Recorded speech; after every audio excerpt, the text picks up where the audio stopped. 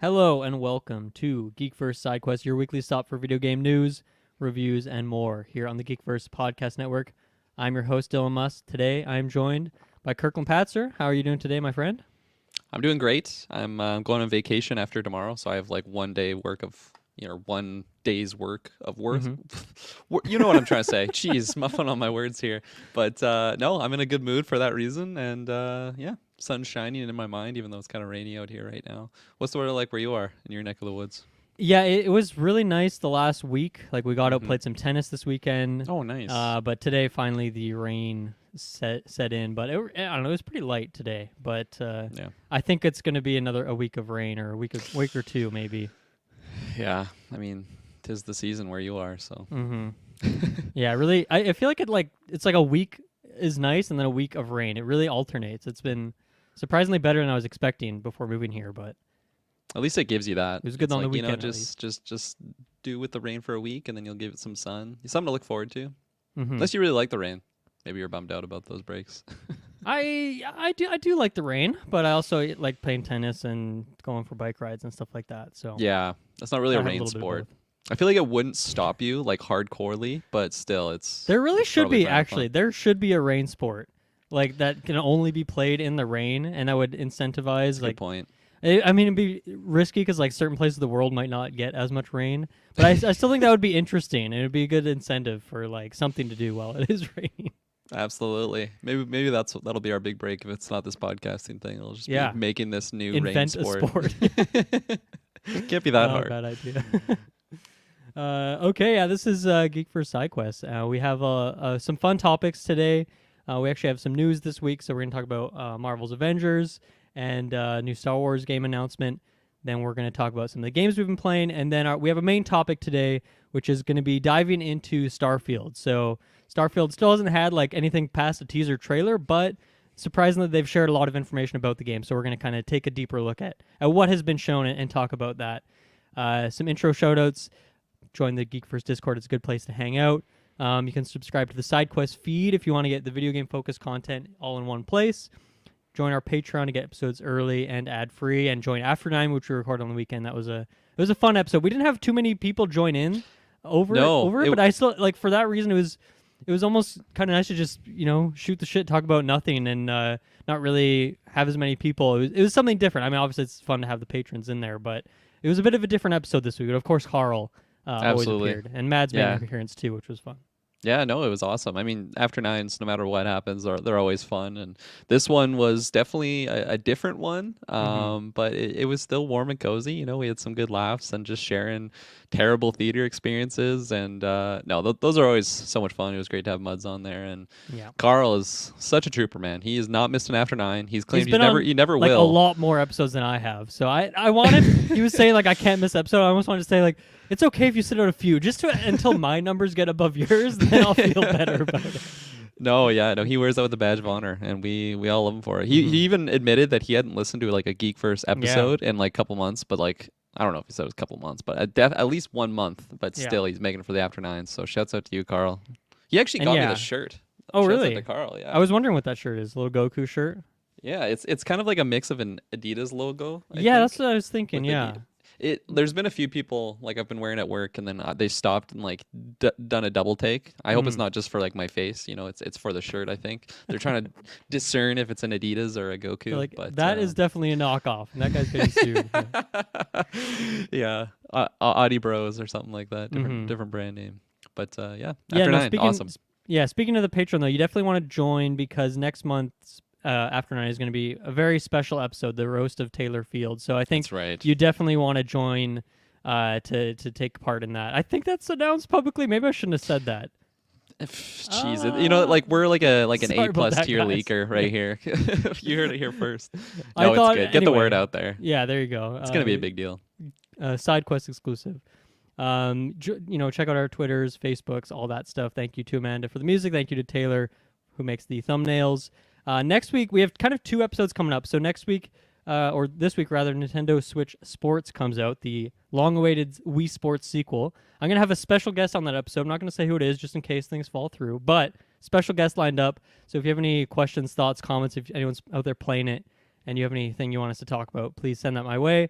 And then also, I'm going to be recording an Elden Ring spoiler cast. So I've finished the game now. I have a couple friends who have beaten the game.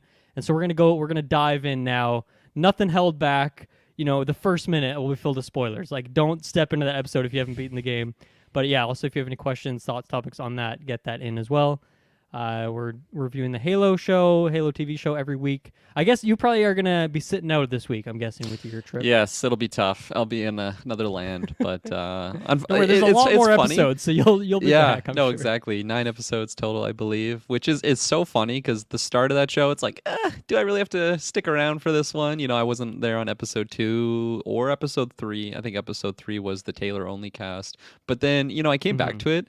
And no matter what happens with the show, those are just such fun reviews to just like either like just talk about the Halo lore and just like shit on certain character moments. And like it's just lately it's just been you, me, and Taylor, but that's a good mixture for some fun times. So I've really been enjoying the reviews, which is good because it kind of makes me look forward to the show just knowing that the reviews afterwards. Unfortunately, I'm missing this week's, but I'll definitely be on afterwards because it's turning out to be interesting dialogue, at least coming from that show. Definitely, yeah. Some good meme moments as well popped up in the last episode. We'll be talking about Halo a bit later, I think. Other than that, we're also reviewing Moon Knight. I think we got 2 more episodes of that, and then the myriad newscasts that come out on a weekly basis. So any other shout-outs from you before we get into our first topic here? Travis had his solo newscasts. I think it came out just today. Those are always interesting, so go check that one out. I mean, you're just shouting out all the other news ones, but whenever it's like a solo something, I feel like I gotta like shine more light on because those are interesting. Just I feel like personally I could never exactly. I feel like personally I would just get like sidetracked and then want to like restart because I'll just like get stuck on my words because sometimes just talking on cast that'll happen. But luckily having another person to go off. But no, Travis is a pro when it comes to that. Maybe he's just talking to himself all the time. Him and Taylor it's good practice. Done a lot of that. I need a script or else my solo casts suck unless I do a script, which I need a teleprompter. Is a lot more work, so it's not something I do very often these days. Okay, let's get right into this. So I want to jump into news first, and the reason being is that last week was a very slow news week, and there was no new games that came out. So me and Travis had to get creative in terms of, okay, what are we going to talk about Sidequest? And so we came up with a couple topics, and one of those topics was, what's been silent lately? Marvel's Avengers. What's going on there? So we kind of took a deep dive into Crystal Dynamics as a studio, looking at what they're doing because they recently announced Tomb Raider. We know they're working on Perfect Dark. And it's like, where's Marvel's Avengers been? They haven't had a major update since November, and it's been just silence. Like, they have their like weekly updates, but it's just like, here's some new XP event thing. Like, there's no new content. I think it's just kind of recycling stuff. So it's like, where's all the content been? So we're talking about that. And then we post our episode, and within like an hour or two, Marvel's Avengers comes out and announces that they have a new character coming to the game. Finally, the next big update is coming. So I don't know if me and Travis kind of summoned that into existence. I don't know if they heard our episode somehow, and then like an hour later, shit, we got to get this out. But really, it was just a funny coincidence that as soon as we talked about the death of Avengers, they have some more content coming. So that content is that Jane Foster, the Mighty Thor, is coming to the game sometime in, it looks like May is what they're shooting for. And then along with that, maybe some other minor things, but it doesn't seem to be like much new story content or even necessarily new areas or new boss fights. It's really just kind of a new character that's being added as far as I could tell from their blog post. So first of all, funny timing on that, but Kirklin, what do you think of Jane Foster? I know you have not played Marvel's Avengers, or maybe if you had just a tiny bit, but is this a character that excites you, that titillates you, and wants to bring you into the game? Yeah, well, first off, I should say, in my head canon, that is exactly what happened. You guys had the episode, and they're like, "Oh, guys, we got to put this out. We got to put this out right now." But no, I actually haven't played any Marvel's Avengers. It's so funny. I remember like maybe when it was initially showed off, I'm like, this is gonna be so much fun to like go through, and we're all talking about like getting it, and you and Travis were the ones that actually stuck around and did get it. I think it just got closer to, and I was like, maybe I'll wait, see how it reviews. Yeah. But a good call, I think. for whatever reason, it just I did not put down my money for it and purchase it up. But hearing this news, it's not enough to get me like wanting to get the game, but still it is really cool. Like if you already have the content, I think, because this is just a free LC, right? Or do you the characters are free, but if you want to get any like costumes and things for them, then Right. either you can grind it out with some in-game stuff, or probably have to buy it to some extent. So, but yeah, the Microtransactions, something like character that. you can play for free, and Yeah. Well, and I should say that like Spider-Man was an exclusive PlayStation exclusive character that was in November, but this character is on all platforms, so right. no limitations there. Everyone can try her out. Yeah, I'm curious just to I'm curious to see how different she plays from Thor. I hope it's not just like a reskin of that character, which I don't think they would. I think if they're going through this big like marketing thing to be like Jane Foster is coming, like she will play differently. Well, to quickly comment on that, like they did Hawkeye and then Kate Bishop as well, and they did play very differently. And yes, they're gonna have Oh, that's a cool. couple like similar moves, but they truly felt like completely unique characters, I would say. So I think yeah, you'll have some lightning, some maybe Of effect course. animations that look similar, but I think you will get like a pretty thorough moveset that differentiates her playstyle from Thor. Okay, that's good. Yeah, because I mean, I think I don't think anything is really pulling me back to try that game out. But I mean, I'm getting really pumped for Thor. Love and Thunder going to be coming out, like that teaser trailer released, and just seeing her on screen gets me really, really excited. I mean, I was super pumped to see her like before we got a teaser trailer or anything. Just the set photos and just the idea of having her back on the big screen. I'm really, really excited for that movie. So definitely, if I already had the game, I think I'd be really pumped about this news, and it would probably be bringing like fresh life to a game that I probably would have already beaten by now. There's a lot of like happenstance situations in my head of like possibility what could have been, I guess is the right term to say there, but Definitely, yeah. so yeah, like this news doesn't affect me a whole lot, but I mean it's great that they're at least putting content out for that game, because as you guys were talking about, it seemed like it was maybe, I don't want to say dead in the water. That sounds a little extreme, but just lacking like future content. I don't know if that's the right way to say that either. Yeah. Well, a couple of things I'll say there. One, I think the game is on Game Pass right now, so it's a good Okay. time for people to just jump in and check it out. And, even just, I think it's even worth it to hop in and just like check out the character movesets and do each one of those for 15 to 20 minutes, like try out their training missions, because like they are really fun movesets. And I think even if you don't have to get fully into the games of service part, I mean, you should probably play the campaign. The campaign's fun, but like that's probably a good way for people to kind of check the game out. And then the other thing is we won't go completely into the story of Marvel Avengers, because me and Travis kind of did that last week. We'll just kind of talk about this new character here, but if you listen to our episode last week, Travis was talking about how this character was expected. I don't know if it was a leak or if it was hinted at or if they just straight up mentioned it and without like more information. I think it was more of a leak or like rumors kind of thing, but it was expected that this would be the next character. Yeah, I think that people maybe saw it coming as well. But it's still an interesting addition. I think for me, it's not really the most exciting. I still haven't jumped into the game since Black Panther or Spider-Man have been in there. I keep meaning to. I just keep not quite getting there. I think I'm just playing so many games on my Xbox these days that I'm not too motivated to jump back to my PS4 too often to check things out. But That's fair. yeah, let's see. I had a couple notes here. They said our hero designs are driven first and foremost by their core comic book identities.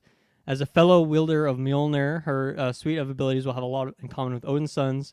However, she will have elements that are distinctly Jane. More details on that will be coming later. So really, that's like all they said about the character. There is not too much to dive into there.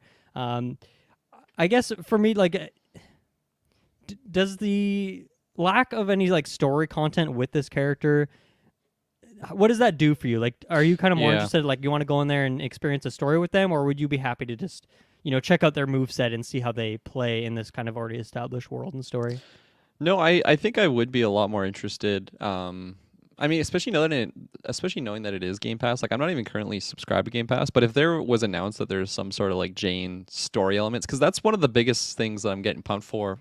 It like that's a lot of ORs in that sentence there, but Thor Love and Thunder is like the story surrounding Jane. So if there's some sort of, and it doesn't even have to be like, I'm not saying like taken from the movie or anything, like I know the movie's not out yet, but just like some sort of like adventure around that character, even if it's from like the comics or anything like that. Like I just think that would be really, really fun to just showcase like some backstory around this character because like I think Mighty Thor is the name that she's going by like in Thor Love and Thunder, but just the idea of like a female Thor is just Yeah. so exciting to me, like just to see like what type of adventures and like again like just the way that her personality is, because I've experienced like Chris Hemsworth's Thor in the MCU, a little bit of Thor in the comic books, and like just to have like Jane Foster's Thor, I think that would be so interesting. So if they actually introduced like a story element to this release with the character, I think that would be a lot more appealing for me to want to jump back in there, because yeah, if it is just the character movesets, and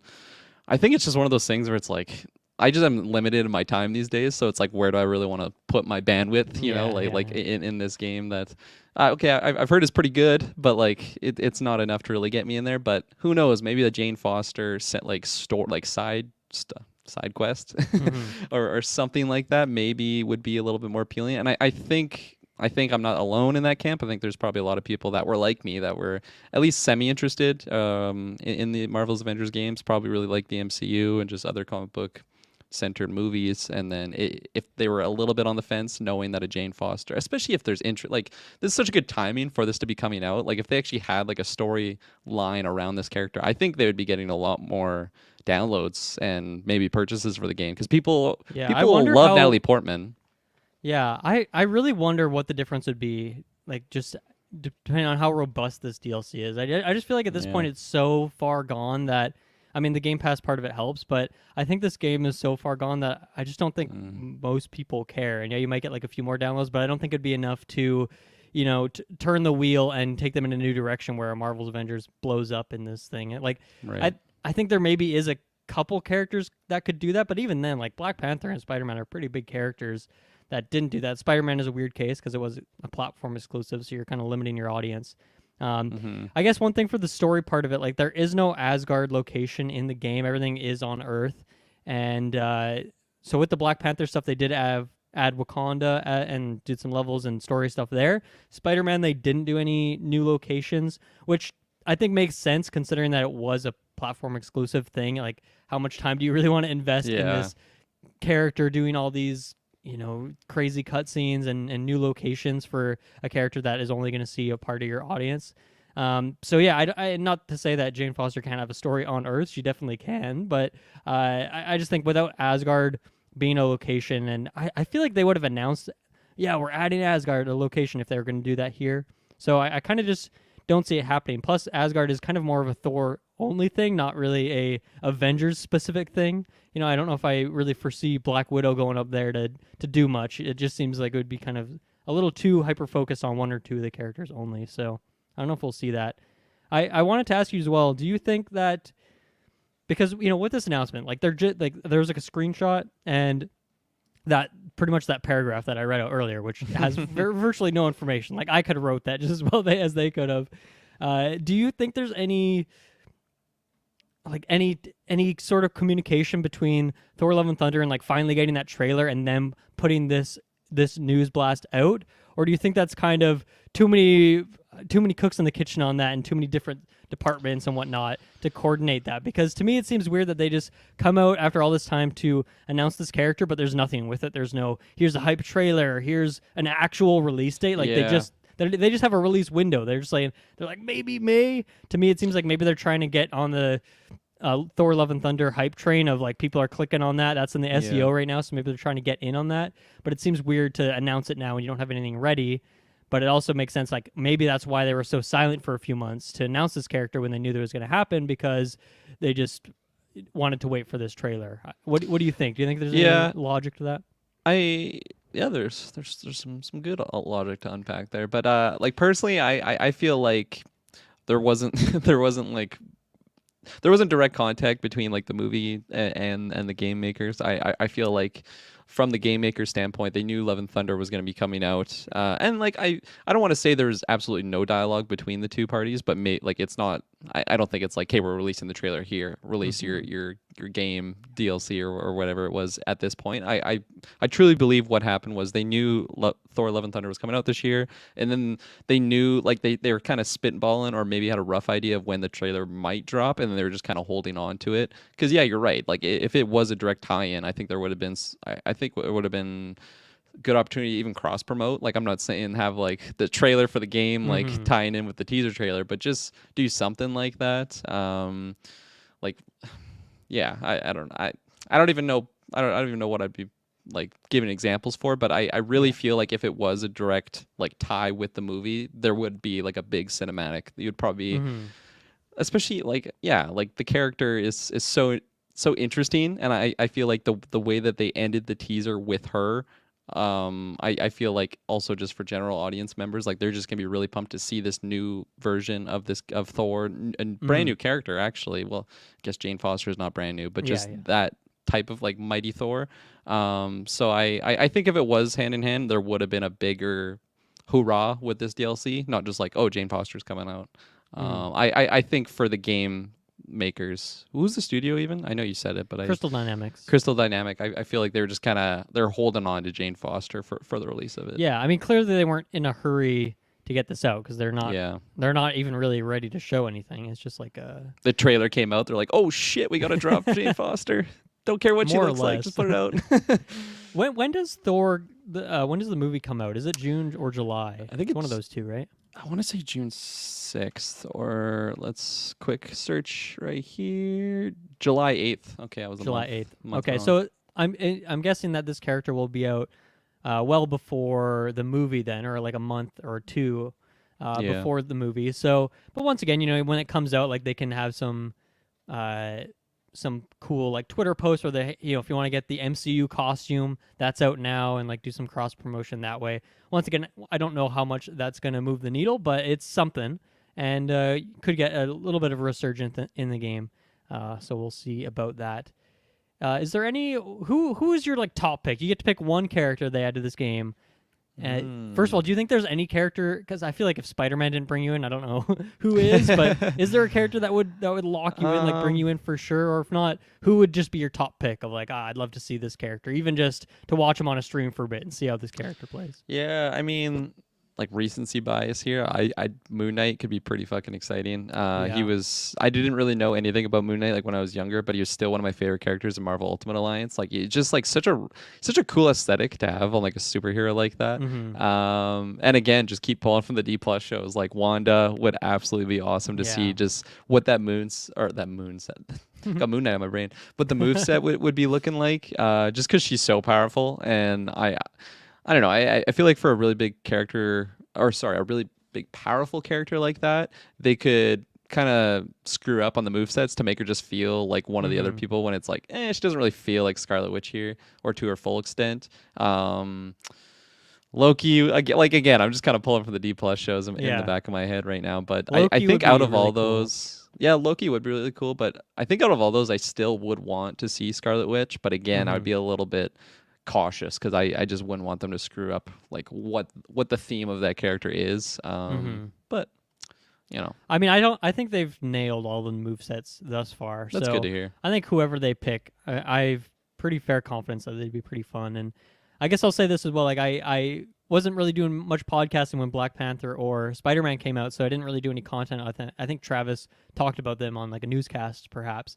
But I think with doing Sidequest now, I think you can rest assured that me and Travis will definitely be jumping in to check out Jane Foster, and we'll report back on how she plays, what we think, and maybe there is new content. Like maybe I'm underselling it, and maybe they do have like a whole new story or a couple new boss fights, or I find Asgard unlikely, but maybe they have like a small Asgard sequence or even some cutscenes or something. So we'll definitely report back on that. Is there any other points you wanted to make on this? Nope. All right. So the next news is that a new Star Wars game was announced. Once again, this one doesn't have a ton of details. We don't have a trailer or anything, but there's at least some stuff to dig into. So this is from Amy Hennig and her studio, which, what is the studio called? It's like a Skydance. Skydance, I think is the like developer name. Skydance New Media, or maybe that's the publisher. Either way, that's kind of the team she's working with, and Amy Hennig is known for working at Naughty Dog on, I believe, Uncharted. I don't know if she worked on Last of Us, but Uncharted to some extent. And she's a pretty big name in the game space in terms of a creative mind. And so yeah, a new Star Wars game was announced under her that they describe as this: a richly cinematic action adventure game featuring an original story. So that's about it. That's what we got to dig into here. No title, Pre-order no now. release date, no platforms, none of that stuff. But I think there is a little something to dig into here.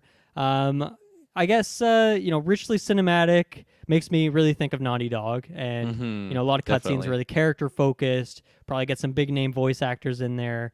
Really tell a compelling story. Action adventure game. I'm guessing this will be a more linear game, which is not a bad thing by any means. But I just picture this like a Uncharted style game, but with a Star Wars aesthetic and story and world. So I don't know where you want to dive in first. Like gameplay, what are you looking for? Original story, is there a particular place you'd like to see them go with this? What do you think overall? Yeah, I mean, you brought up the great examples of Uncharted. You're actually not a big Naughty Dog fan, are you? Or like No, maybe that's a rough. I really, really, really dislike the gameplay of their games. Yeah. And even though the stories I've heard are great, I haven't finished one of their games to say. But okay. I just Yeah. would rather watch paint dry than like actually play the games. So it's sad. I've like definitely watched a lot of videos on them just to like see what the story's about, who the characters are. But I just can't play them. I just play a couple hours. I'm like, God, I hate this so much. Yeah, no, that's fair enough. Because like for me personally, I really, really, really liked Uncharted 2, which is so random. It's like not even the first one or the third or like the finale Right. or anything. That was just the one I got on like PS3. Yeah. Jumped in there and I fucking love that game. Like at the time, I was just so blown away about like the graphics and the blending of like loading screens and cutscenes. Like at the time, I thought that was just like revolutionary. I'm like, oh my god, there's no loading screens in this game. It just goes like to dialogue, pardon me, that I never want to skip, and then it just goes to like the gameplay. And like at the time, it was just like, what is this? Again, like it was just I loved Indiana Jones growing up, so it was just Yeah. scratching that itch for sure. And it was either on PlayStation Plus or something like that, but I actually got like the Nathan Drake collection, which was like the 3 game. I think it's 3 games, maybe the fourth one's in there as well, on PS4. And I just wanted to I like think they kind had of a collection for the trilogy, and then I think they have another one for the 4 games, okay, there maybe it's on like a excluding newer like the the newest PSP gen. games. Oh yeah, right. I forgot about the PSP games. And then this also Uncharted recently came out on PC, which I think, once again, I don't know if that was all 4 games or just the 3 games, but Okay. I think they're all there now. So Cool, interesting to know. But yeah, no. So I recently wanted to like jump back in just to like really because I had only experienced the second game and I'm like this game is awesome. It's just a standalone and I wanted to experience like the Nathan Drake trilogy and I was playing the first one and I was liking it a bit, especially for the story stuff. But yeah, the gameplay was honestly like the bottleneck there. Like there'd be certain levels that I would just like get so annoyed with. It's kind of hard to describe. But I don't even know what specifically. I know exactly what you're talking about. It's just brutal. I don't know. Like, I can't say one thing that was kind of annoying me with the gameplay. It was just like a mix of everything. And like at the time, I thought it was just like such a realistic type of game, and then you're just like jumping around doing like really weird types of parkour at moments, and yeah, I just would want to like skip to the cutscenes, which is kind of weird because typically it's like the opposite in video games, or at least sometimes. So I mean I still have like nostalgia for just like what that game brought of like just really cinematic experience, like an interactive movie, like at moments. There's parts when your character's like climbing and there's things like falling around you, and like you're really just moving the thumbstick like up or the analog stick up. But at the same time, it's like, oh my gosh, like I feel like if I make a wrong move here, I'm gonna die, and it just really brought you into the cinematic experience, which definitely like give them credits for. And again, like at the time back in the day, I was like, what is like this is a whole new type of game for me. Yeah. So I'd be really interested in just if the Star Wars was taking that idea and again like next gen it, make it a lot more believable and just carry like what that cinematic experience had from those games, because I think, I mean, you were at least looking like online for videos to just kind of understand the story. I feel like that goes to show just how intriguing the story is for like the fans and stuff, that like you Definitely. who just hated like the gameplay was still like, okay, a lot of people are praising about this. I Well, gotta that's at what least I'm so find excited out for what the the Last story of is. Us TV show, because like I can finally Yeah. dig into that world and the characters, but I don't have to be the one playing the game. No, exactly. So that's really exciting. And I don't know, like I think my only hesitations on my excitement for the idea of having like an Uncharted style or Naughty Dog style with Star Wars is down to that gameplay. But at the same time, it's like, I don't want to judge it till I see it, which is always easier to do on paper than in real life. But Mm-hmm. still, I feel like maybe like it's been so long since I'm trying to think the last Naughty Dog game I played. It probably would have been Last of Us, the first one, and I haven't played the second one, so I don't know how much like the gameplay's jumped up from that first one. Um, yeah, maybe I'll check out like a gameplay video of Yeah, Last of Us I 2 will to say, get so an I idea. looked this up just to kind of confirm, and yeah, so the Amy Hennig, she did work on the first three Uncharted games as well as Golden Abyss, which was on the PSP or Vita, I forget, one of the two, Oh, the as creative Vita, I even forgot director, about that. writer. Yeah, and then on Golden Abyss, she was a story consultant. But yeah, creative director and writer on the first three Uncharted games, so definitely a big role there. And then she's worked on a bunch of other stuff. She's also a writer on Forspoken, which I think has just like a writer's room of writers. Like there's a bunch of them, but anyway, she's also working on that, which we know is coming out this year. Or did that get delayed? I can't even remember anymore. So many delays. Yeah. But yeah, okay, so let's look at the story. Well, I guess, okay, one more gameplay thing. Do you, because we have of course your games we're playing as Jedi. We have Jedi Fallen Order and a sequels in the works as well. Uh, do you think there's like a lot of interest in a non-Jedi focused game like this where you play as like a bounty hunter or even just like a Han Solo type? Well, I'm glad you brought that up because something I forgot to mention. Just my little like initial thoughts on the Star Wars mix up with this is I can't really picture like that similar type of game engine to run with like a lightsaber or something like that. Like I really picture it being more focused on a bounty hunter or just like a ruffian, you know, like Mm-hmm. the like classic Han Solo type, like a scoundrel type Yeah. character. And again, like Nathan Drake was kind of like that, right? Like he was kind of borderline breaking the law and just being a scoundrel with his like handgun and all the miscellaneous other guns he Mm-hmm. picks up. So it's a lot easier for me to picture it like being those types of characters, which I mean, on one hand, it's like, oh, you're gonna have a Star Wars game with no Jedi. What is this? Like, blah blah blah. And like, I can understand a lot of people would be upset with that. But honest, like, I don't need that. Honestly, like, I could just take that like a bounty hunter type game. I feel like that's been really lacking in the Star Wars video game scene, at least of Mm-hmm. late. There's probably one random one that Taylor would pull up on like PS1 that came out, you know, like however many years ago. But still, I think there's a market for it too. I think a lot of people just would love to jump back into a Star Wars world, and if it's done through the quality of what those Uncharted games, what Last of Us is, I think there's a lot of potential there, and personally, I'd be all for it. What about you? Mm-hmm.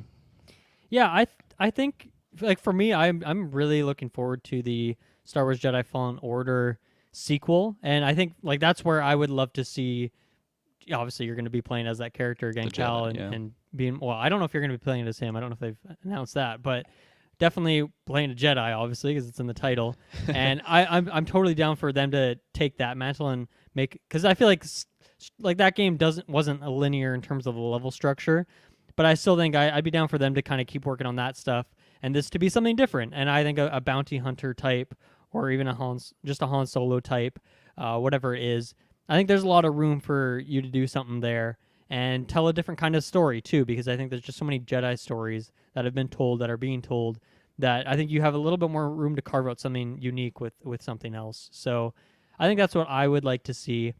Uh, and then let's see. So I also, maybe this is worth doing, just looking at kind of the other Star Wars games that we know exist that are in development right now. There might be some smaller ones, but these are some of the bigger ones. The KOTOR remake, of course, is a big one. We know that Quantic Dream is working on Star Wars Eclipse, so the studio of Detroit Become Human, Heavy Rain, that kind of thing, are working on their Star Wars game. An open world Star Wars game from Ubisoft, so that'll be, Assassin's Skull and Creed. Bones. Yeah, Assassin's Creed, but with Star Wars. Obviously, maybe something different, but that's just what I'm saying.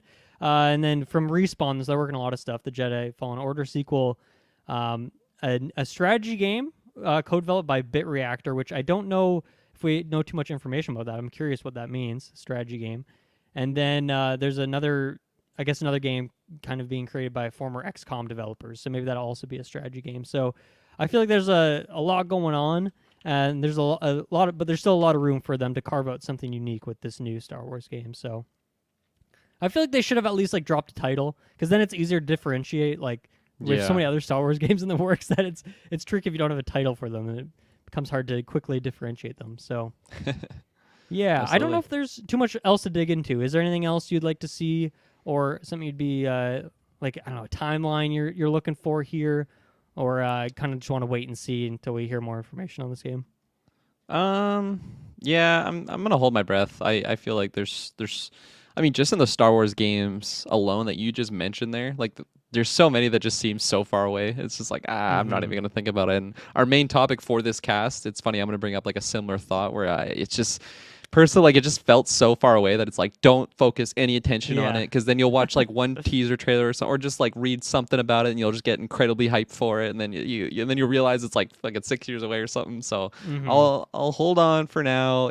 These details, which are very very minimal, are at least fun to kind of speculate about. Because again, it threw the idea of Uncharted and Star Wars together, and then in my mind, I'm like, oh, there's some gold that I think that can come out of Mm-hmm. this. So I think that's good enough for today. Yeah. So yeah, we'll report back on this one in the future. It might be a year or 2 or 3 before we see anything, but I think in the meantime, yeah, a lot of other Star Wars games. Lego Star Wars just came out. There's some other one that Taylor picked in the draft that's coming out on like Switch this year. Don't know what's going on there. And then I feel like there's like 1,000 mobile games. So you got some Star Wars. You got a lot of Star Wars content coming in the games world. I think it's time to take our first break. We'll come back and talk about some of the games we've been playing. Okay, and we're back.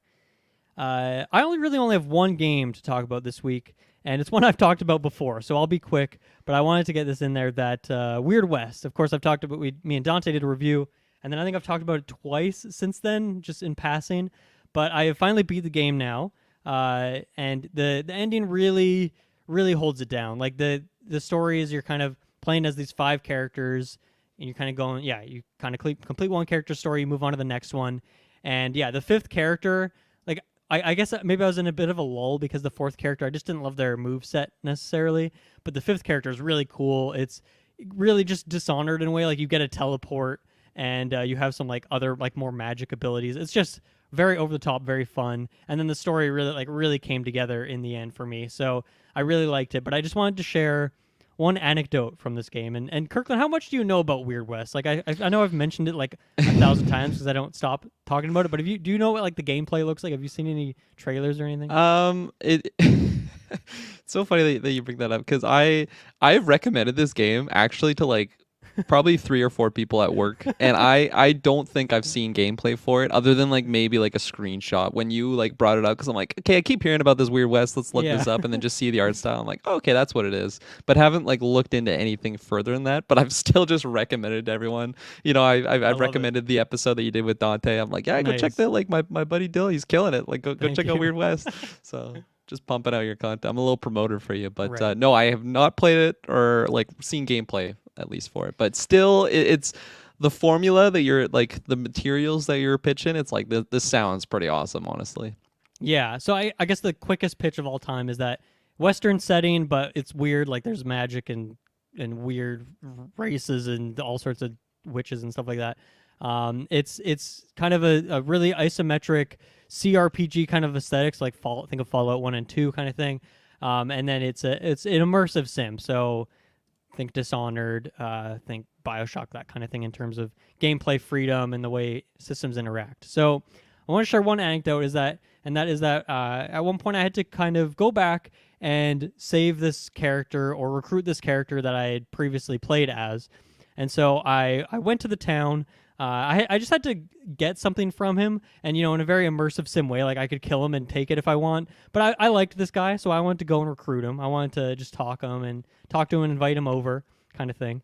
And so I go to this little town, and when I get there, I find out that he's actually been like tied up on a post in public in like the middle of town square, and like they're just gonna let him die out. Essentially, they're just gonna leave him here. I'll say without spoiling what race he is, that there's definitely some discrimination going on, but he's not your regular human being. But they don't like him, so they've tied him up, attached him to this post, and they're just gonna leave him for dead. And I get there like right as this is happening. I'm like, oh shit. Well, what am I gonna do now? And it's very tricky because this is like I said, it's in the middle of town square. So there's like at any given time like 10 to 15 NPCs just walking around the area. So it's like, how am I going to sneak this guy out of here? But I kind of like, I'm really determined. I'm like, I really want to do this kind of in stealth. I don't want to make this some huge gunfight and risk him dying, because that would probably happen. But I also just kind of want to see if I could possibly figure out how to solve this weird stealth puzzle. And so I kind of take it slow. First, I kind of check out all the buildings that are around this part of town, and I case them. I break in through the window. If there's anyone living there, I knock them out and shove them in a corner. And so I do that for all the buildings, and then I kind of start looking for people to pick off in one-on-one situations. So maybe they go around this alley they shouldn't have, and I creep up behind them and I knock them out, hide them in the grass, and I just keep doing this. I'm knocking out the sheriff. I'm knocking out the deputy. I knock out the town banker, the general store owner, the teacher, like the gunsmith. I at some point they all go somewhere and I can get them and I knock them out. But I go through all of that. This is like 20 minutes at this point, and I've knocked out like 12, 15 people, something like this. But these 3 outlaws who tied up this man, they are not leaving. They're not going anywhere. They don't have any sort of guard patrol. Like, they're just standing there in a triangle formation around this post, all kind of looking in at each other. And I'm like, well, what am I going to do here? They're all looking at each other, so if I grab any one of them, the other 2 are going to see and freak out and get mad at me. So instead, what I do is when you talk to someone, obviously they turn their head to look at you. So I go up and talk to one of them from the outside of this triangle, and then I just run the opposite direction, because if I turn quickly, they're going to follow me. Their head's going to track me. But I just, talk to them and run the complete opposite direction. And I do that 3 times. So now they're all in this triangle, but now they're all looking out. And then at some point during this process, a couple more people walk through. So I got to knock them out too. So eventually I do that. Okay, good. Now I can sneak into the middle of this triangle, knock out one of them at a time, and I do this. So I knock out, and I'm on the last one, and then some other random, like, fucking other, like, jewelry shop owner walks in, so I have to knock them out too. But eventually I did it. I knocked out all these people. I knocked out like 20 people in this town, hid them in random buildings and bushes and all this. And then I was able to do it. I was able to untie my friend. Wow. And he was like, hey, thanks for saving me. I'll definitely help you out after all this hard work that you did. My so yeah, goodness. he went to my base and I could move on with the mission that way. So that was pretty great. It was just this fun like 30-minute sequence of me knocking people out. And you know what? The thing is, I still kind of got caught for it. Like, I didn't kill anyone, but if you go into a town and like you're an odd man out and you like cause and people see you and then like a bunch of weird stuff happens, they can kind of track it down. It's like, well, it was probably that guy, this random guy who came to this town. So I did get a bounty for doing it, but since I didn't kill anyone, I was able to do it without any combat. But eventually I could go back and I could pay my bounty and do it without combat. But I just loved that game so much. It's up there for me. This year's been so good so far in terms of like Elden Ring, Tunic, and what is the other big game that the Triangle Strategy was the other one for me. And now this one's like in that tier for me of like just the best games this year. I'm loving it so much. I'm going to go back and do some more stuff, but please, if anyone hasn't played this game, it is just so much fun. It just lets you be very creative and goofy, and it's just a fantastic game. So I think you would like it too. So I really hope you play it at some point this year. Nice. Hopefully Game Pass makes that easier, but yeah, that's the last time I'll talk about Weird West. Well, until like Game of the Year discussions, I'm sure we'll come up again. But I can sit back and not bring it up now for a bit. So that's pretty much all. I haven't really checked out anything new this week. So Kirklin, why don't you take it away? What have you been playing? I mean, first off, you're just cheesing it like a Bethesda game over here. I love it. Oh yeah, that is wild. I love how just like how long you spent doing that and just how like it worked out. Like you were rewarded by it. That's some of the best gaming. Only a small bounty had to be paid for all that hard work. So yeah, what have I been playing? Funny enough, if you listen to whatever episode of Halo we did, probably episode 4. During the cast, I literally was like on Steam checking out. I'm like, okay, all this Halo talks, the show kind of sucks, but I'm still kind of intrigued about the Halo stories. Let's go on Steam here. Halo Master Chief Collection, picked up $20. It's on Game Pass, but as I mentioned earlier, I'm not currently subscribed for it. So I'm like, $20, there you go. I got my money's worth out of like, what is that, like 4 months of Game Pass? I think it's around $5 or something like that per month. Definitely not. You get like the first couple months like really cheap as they kind of lean you in there, but I pay for Ultimate. It's like $17 a month, but if you get the cheapest version, I think it's around like 15 or something. I think I was $5 is a bit low, I think. I think I was bamboozled because it's like first month $1, and then I'm like, oh, look Yeah. at that. That They means get it's you just in the door $1, cheap, and then I but just then forget they- I have my credit card on there. Yeah. End of the year, it's like what the hell? But Absolutely. no, pick that up. I just beat Reach Nice. last night. I was doing them in like chronological order, and it's so funny because I think I've played through. Definitely Halo 1, Reach, Halo 2, maybe Halo 3. Mhm. I don't remember literally anything of the story. Like, I don't know any of the cutscenes. I was playing, like, I just beat Reach, and I knew kind of what happens. It's basically Rogue One. I didn't realize how similar that movie and Reach is. I don't know. Have you played Reach and, like, kind I of have, but familiar with the story? Like It's I said on the basically cast, Rogue like, One, where, and like, all the Halo story games, like story Yeah. in the games just goes in one ear out the other. So I can't say So I recall wasn't it, but alone I have there. played it. But it's basically Rogue One. It's like every character's introduced. It's a prologue, so they just die, Right. and then it ends right at the start of the first one, which is exactly like Rogue Right, One. right. You know, it starts exactly at the start of Episode 4. And I had so much fun with it. Also, like I have a buddy at work that lent me all the books, so like I've been just power throughing. Hell yeah. So many of the books, and the first 3 are actually like the events of the first one's Fall of Reach, so it's basically Halo Reach, and then the next one is the Flood and First Strike, which is like the events of the first game, and just getting into like the Halo lore and like really diving into like playing the games, but like really like trying to like stick through the cutscenes. I was getting like emotionally invested. There's characters dying off. I'm like, oh my god, that was like shocking here. Obviously, I knew they didn't make it out, but I'm really excited just like going forward to play through 1, 2, and 3. And again, like that's where you get Chief and Cortana. And I'm really not liking Chief in the show, but I'm excited to get some Chief action in the games and to have Cortana like in the show, the same voice actress in the games. I think Right. that's like probably like my favorite thing about like the show actually is having like that authentic voice actress reprise the role. And Mhm. I'm just so excited to like really understand the story more. And again, tying in with the books, it just makes it even better. So I'm just like an all-time peak for like Halo lore content. Yeah, Like that's where I my love that. headspace is. So it's Have you it's started really Halo, fun. Combat Evolved yet? Is the first I was about to last night, but it was getting a little too late. I'm like, do I Yeah. start a brand new game at like 11:30 at night before I have to go to work the next morning? Probably not. So unfortunately, I probably won't get into it until after my vacation. Right. But I'm looking forward to it. I'm really curious how you're gonna feel about the gameplay, because I think some people go back to the first Halo and it's like, ooh, this is a bit rough. It's been a long time for me, so I can't recall, and I feel like Yeah. I haven't played that since I played Halo 2 and then 3. Like it's Right. been a very long time. But I also wonder how much Master Chief Collection maybe like improves some of the controls a bit. And I know also when I played Halo 1, I was playing on an original Xbox controller, which Right. aren't necessarily. Are you playing on mouse and keyboard? I guess if you're. Yeah, just mouse and keyboard. I'm on my Yeah, so that PC. also probably makes it control a bit better too. But yeah, Right. I'm glad you're going on this journey. I think this is Yeah. it's fun because it's been so long since I've played through these stories. So I think Totally. you'll have some good insights on the Halo reviews coming up.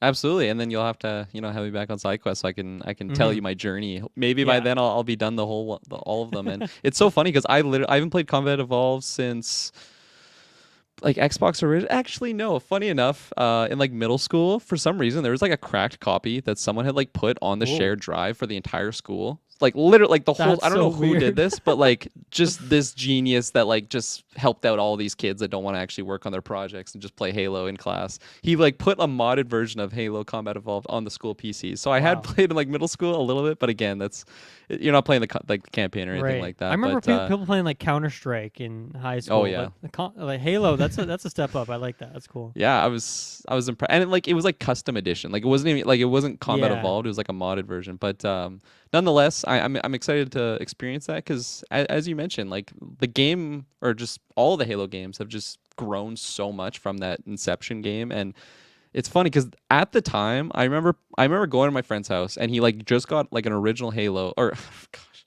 an original Xbox for Christmas with the original Halo.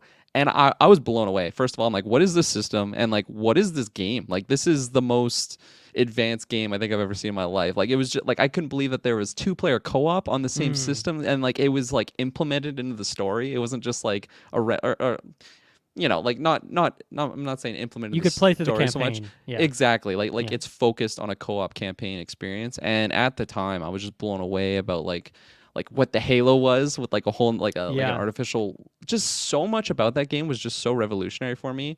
And it's funny how that like stuck with me, and I never really was like a big Halo fan, but I was still able to like give credit to just what the franchise of Halo was, and I still think it's like one of the most special like gaming IPs like of all time, because it just brought so much I think to that generation, our generation that like grew up on those types of consoles, and just video games. It's exciting stuff. But so yeah, I'm excited to share my just adventures moving forward with that, and my other games I've been playing. I've been going back to my old demon. Me and my buddy Tyler, we jumped back on League of Legends, Oh. and honestly, we've been having so much fun with it. I don't know if it's just like the game's changed or just like I've aged and just like my mindset around those types of games has just changed so much. But I've been having lots of fun playing with it.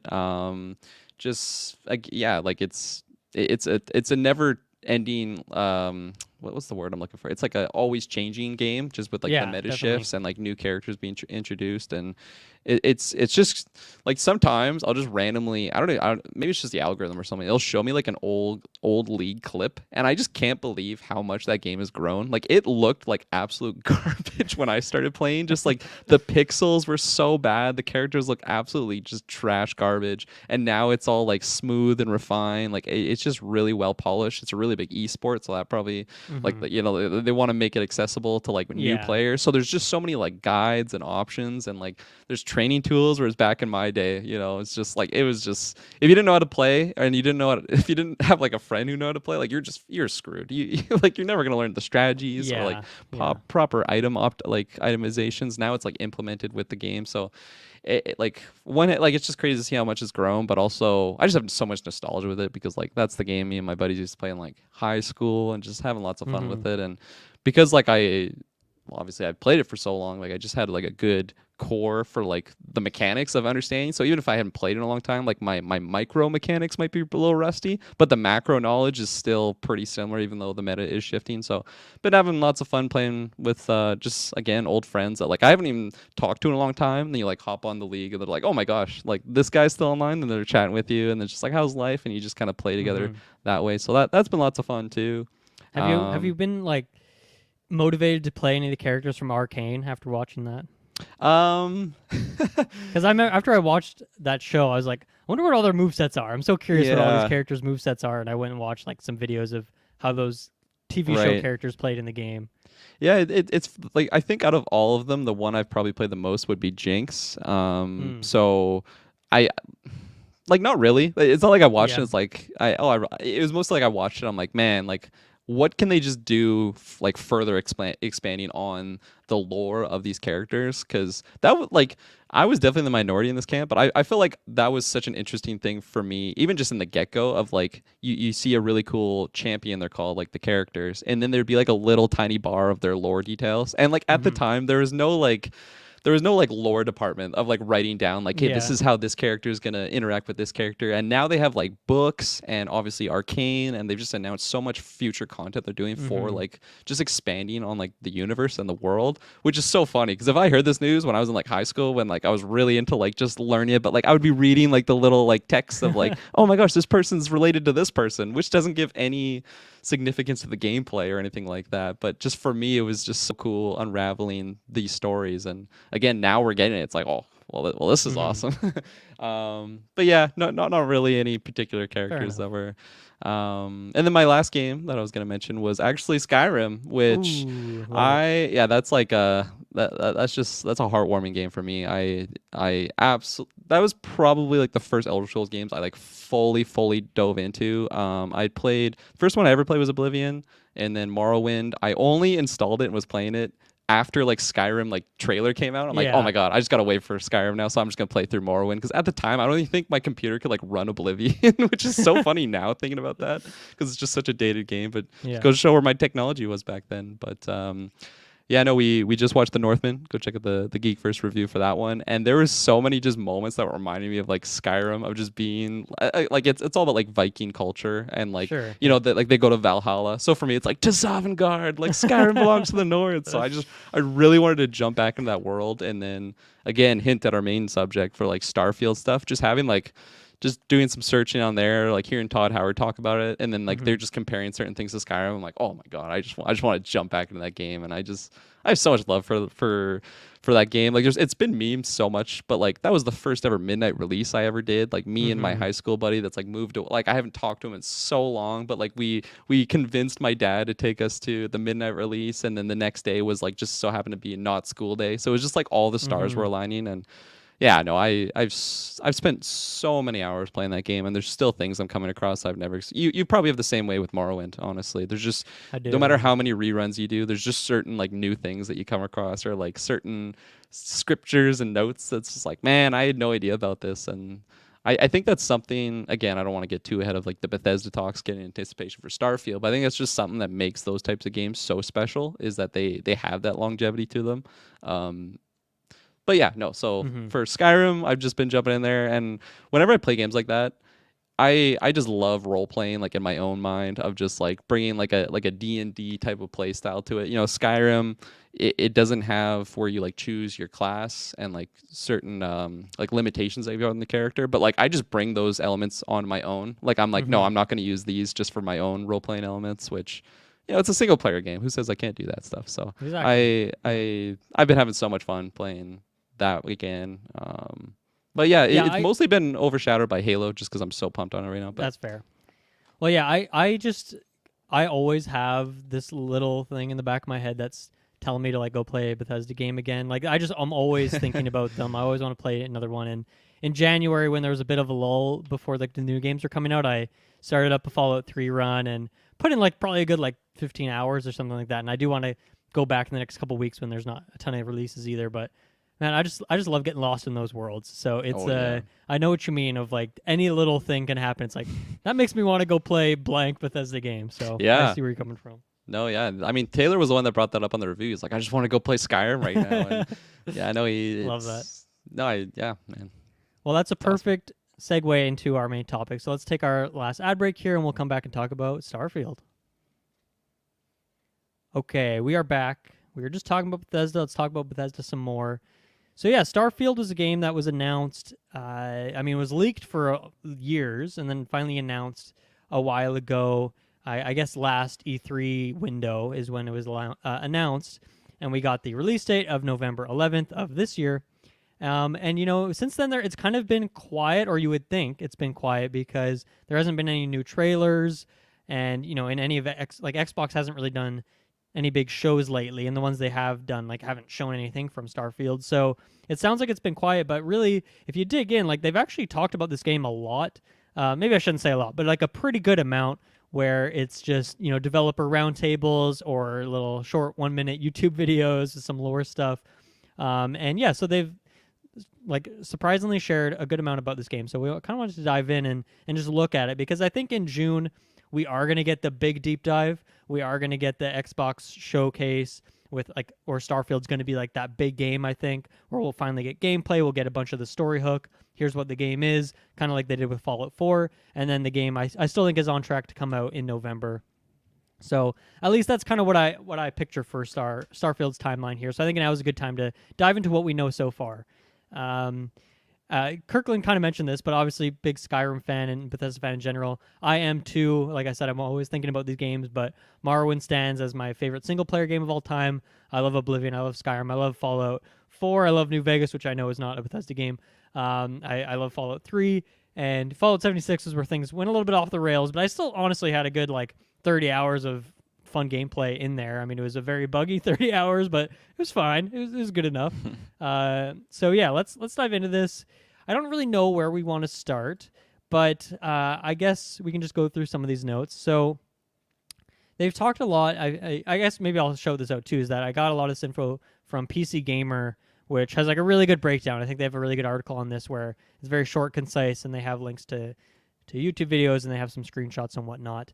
But you know, one thing they've talked about a lot in some of these interviews and whatnot is they're really having a focus on exploration. Like that's kind of their main thing they're focused on, which I think tracks. You know, if you look at their previous games, I think that they'd probably say the same thing or a similar thing where exploration is really the focus. And I think most people who've played these games would tell you that it's like not coming to a Bethesda game for the main story. You're coming there to kind of get lost, doing some exploring or like the side quest stuff. But really, it is like just getting lost, pick a direction, go that direction, and get lost. Figure out, just find something fun to do in that amount of time. So, what do you think about that? I think for me, it's like, what is the structure of this game is my big question. But does the focus on exploration, is that anything to really dig into for you, or should we just keep going here? Well, yeah. I mean, you hit the nail right on the head there. Like that's all their games, at least in my eyes. I know there's a lot like that's kind of a glossing over the main thing for that, but yeah, I don't think we have to unpack that too much. That's I guess for me, that's where like a question comes up of what is the structure of this game? Because obviously we know it's set in space, and in this article they talk about how you're in this star system that has a bunch of habitable planets or known planets that I guess are colonized or at least have been discovered to some extent. So that's what really makes me curious, because in their previous games, it's always been you're in this part of the United States, and maybe in the DLC you'll go to some other location that's disconnected. And the same thing for the Elder Scrolls games, where I guess Skyrim, I guess some of the DLCs were in separate locations, right? Like they weren't on the same world map. Yeah, they had one that was going back to Morrowind, which is a lot of people were. Right. It was in. Jeez, I forget what the name even is now, but that was the last DLC, the Dragonborn, and then Solstheim. That's where it was. Right. Yeah, and then and then also in Morrowind also has that location as a DLC as well. Technically, that's not in the base game. Oh, okay. DLC was a bit different back then because it was like a weird time in terms of you wouldn't go online to just download it regularly. I guess you'd have to buy a case with it, and then Oblivion had that as well with Shivering Isles as like the separate location. But yeah, I'm really curious what this means. Like, are we on one planet in space? I feel like that kind of goes against the idea of like the reason you do this game. I feel like it would make more sense to kind of have separate maybe hub locations on different planets, and you can go to those. But maybe it's more of a No Man's Sky thing where you can like in real time fly to these different planets. They don't really talk about this specifically in terms of the actual format of the game. But what do you expect from what you've seen of this game so far? Yeah, it's interesting because personally, I feel like it wouldn't be the No Man's Sky route. And honestly, like it's tough for me to even picture like good driving mechanics in a Bethesda game. It's that's actually a really good point. Yeah. It's never really been like. Did Fallout have like a car or something that you could drive? Like they never have, and it's always been a bummer to me. I'm like give me a motorbike. Yeah, there's so many cars in this world. I'd love to drive one of them around. No, exactly. So like horses and Skyrim, obviously, but like not the best. Yeah, they're no Elden Ring or no Ghost of Tsushima in terms of how good they feel. No, exactly. So like for me in my mind, it's so hard to actually picture like, hey, you as the character are gonna be flying around freely like it's No Man's Sky. Like I just will not be believing that until I actually see that in gameplay.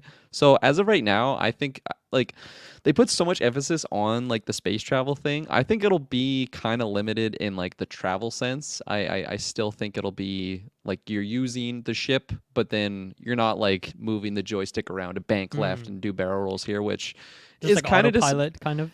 Yeah, which I mean they're showing off like space pirates and stuff like that, which I mean again No Man's Sky like you actually have like space battles where you can like again like you're a dogfighter or playing Star Wars Battlefront like space battles types aspect. It's really hard for me to picture that in a Bethesda game. So right now I think I'm still thinking that it is going to be mostly just for travel methods, and I'm not saying it's going to be a loading screen when you interact with the console, but maybe like you go in your ship and you kind of do interact with things there, or again, maybe I'm just completely wrong and you do control the ship, but it won't be feeling like you're in a like in the cockpit, like really like banking left or like I think it'll be something different.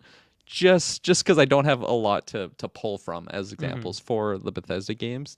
So getting back to your question about like what the planets might be like, I think they'll be focusing a lot more detail in like a particular like city on a planet, and then maybe have like multiple on the different planets there. But again, like they're showcasing like a big a big scale of this game. Like they're talking about like different systems even that like certain factions could own there. So it's like okay, in a system itself, like that's multiple planets there. So do I think they're gonna have each one of those planets be incredibly detailed for like have like thousands of cities on them. I don't think so Mm-hmm. at all. But I also don't Thousands. Oh think my God, that would be wild. well, like really, like you just take our planet for example. Like there's fucking billions of people on here, so Yeah. it's not going to be that sense. But I still don't think it's going to be like No Man's Sky, where you just go to this one planet and it's just like this type Yeah. of of a creature is on this entire planet, even though it's a huge landmass to cover. I think they'll find an interesting middle ground there, and yeah, and again, I think that'll tie in with the travel systems because if you have like one city on a planet, I can't imagine you can just go like No Man's Sky like side. Like, let's just go see Right. what's on the other side of the planet here. Like I think they'll have That kind of defeats definitely the purpose of exploration in yeah. other ways. Yeah. Yeah, 100%. So and again, like I don't feel like super confident that it's going to be one way or the other because like yeah, they've released some information here, but until I can actually like see the game engine working, like with all these game systems that they're kind of promising and speaking about, it'll be tough to say for sure. But Mm-hmm. that's my initial thoughts, at least, with just like the formation of the planets and what's going to be popular in these planets. Like, Yeah. do you think there's going to be like multiple cities on one of these planets, or do you think it's going to be like, okay, you go to Vector 2, which is just a random planet, and then like that's like the city that you land there, like that's the planet that you're kind of Mm-hmm. interacting. Yeah, I think I think I could see like each of these planets that you would be going to having like a capital city where it's like there's one main huge hub city, but Oh then yeah. like smaller towns or other smaller cities that you would be traveling to on foot. Because I think you need to have these kind of landmark locations, and that makes the world believable as well. It'd be super weird if each location was just like, yeah, you go to 20 planets, but each one has one city and then a couple kilometers worth of area that you can check out around it. Like to me, that would be a major bummer, and that would very much go against like this kind of focus on exploration that they're talking about. I do picture this being more in the vein of the Outer Worlds, where you do have a ship and you go inside your ship and you can your companions each have a room that they stay in and all that, but you're never actually flying your ship. It's just like a map and you pick a different planet to go to and you pick your landing pad and you're not actually doing the flying. And there might be a couple sequences where you're like out in space, like just floating there before you like, go into a location, but it's not like truly open in the way that Outer Wilds is or the way No Man's Sky is. So I think that would make sense for me. I guess what I'm hoping for is that, like, one, if you are exploring space and that's a big part of it, you definitely want like a good variety of locations. One, in terms of just like the planet, each planet's kind of geography and the kind of biomes that you're playing with, but also you do want a good amount of space on each planet, because that's one of the issues with Outer Worlds for me, is that all these locations, bar one of them, uh, the locations are so small that if you do that thing where you pick a direction and you just start walking that direction, it's not going to be that long until you hit an invisible wall mountain and you're Mm, kind of getting blocked off. And I found when I replayed that game, I found it much worse on the second playthrough, because I just felt like, wow, I've actually explored all these areas. Like maybe I didn't go to this one building, but I've just like seen this all before. Whereas, yeah, anytime I play an Elder Scrolls game, it's like, I'm going to go down this road. I've never traveled down this road, and I'm going to go to yeah. a city I've been to before. I'm going to go like find all this other stuff on the way there. So, yeah, I think it'll be more in that vein, but hopefully just scaled up to a pretty big extent where you can actually travel around on foot and actually get lost and Yeah. all that kind of good stuff that I'd expect from one of these games. I think that's one of the hardest things, like to picture, like for myself for this game is, okay, like Skyrim has like the province of Skyrim, that's your Mm-hmm. plain area, and like you can see like this like the play area, for lack of Yeah. a better term, like on the map when I pull up the map here. But if we're talking about like different planets that you can explore, different systems, different space, like realms and all these different things, like what is that map going to be like? And is it going to be like, okay, this is my playing area here, or am I not even going to know that because I have to Mm-hmm. explore and like discover these different locations? And it's Yeah. so hard for me to wrap my head around that because again, I'm pulling things like from like just what I've experienced, No Man's Sky, a little bit of like gameplay I've seen for Outer Worlds. I actually was thinking a lot about Outer Worlds, like Mm-hmm. just like thinking about Starfield, and then just the more I was digging into details on Starfield, it was kind of getting me excited of just realizing what that Bethesda signature could do on a Mm-hmm. style of game like Outer Worlds. Yeah, and then that also makes me wonder what kind of fast travel system we're going to have, because they've kind of just adopted like a free fast travel. If you've been to a location, you can go there. Or in Skyrim's case as well, like you can travel between the major cities if you have the chariot, even if you haven't been there before, and then you can just kind of teleport there freely afterwards.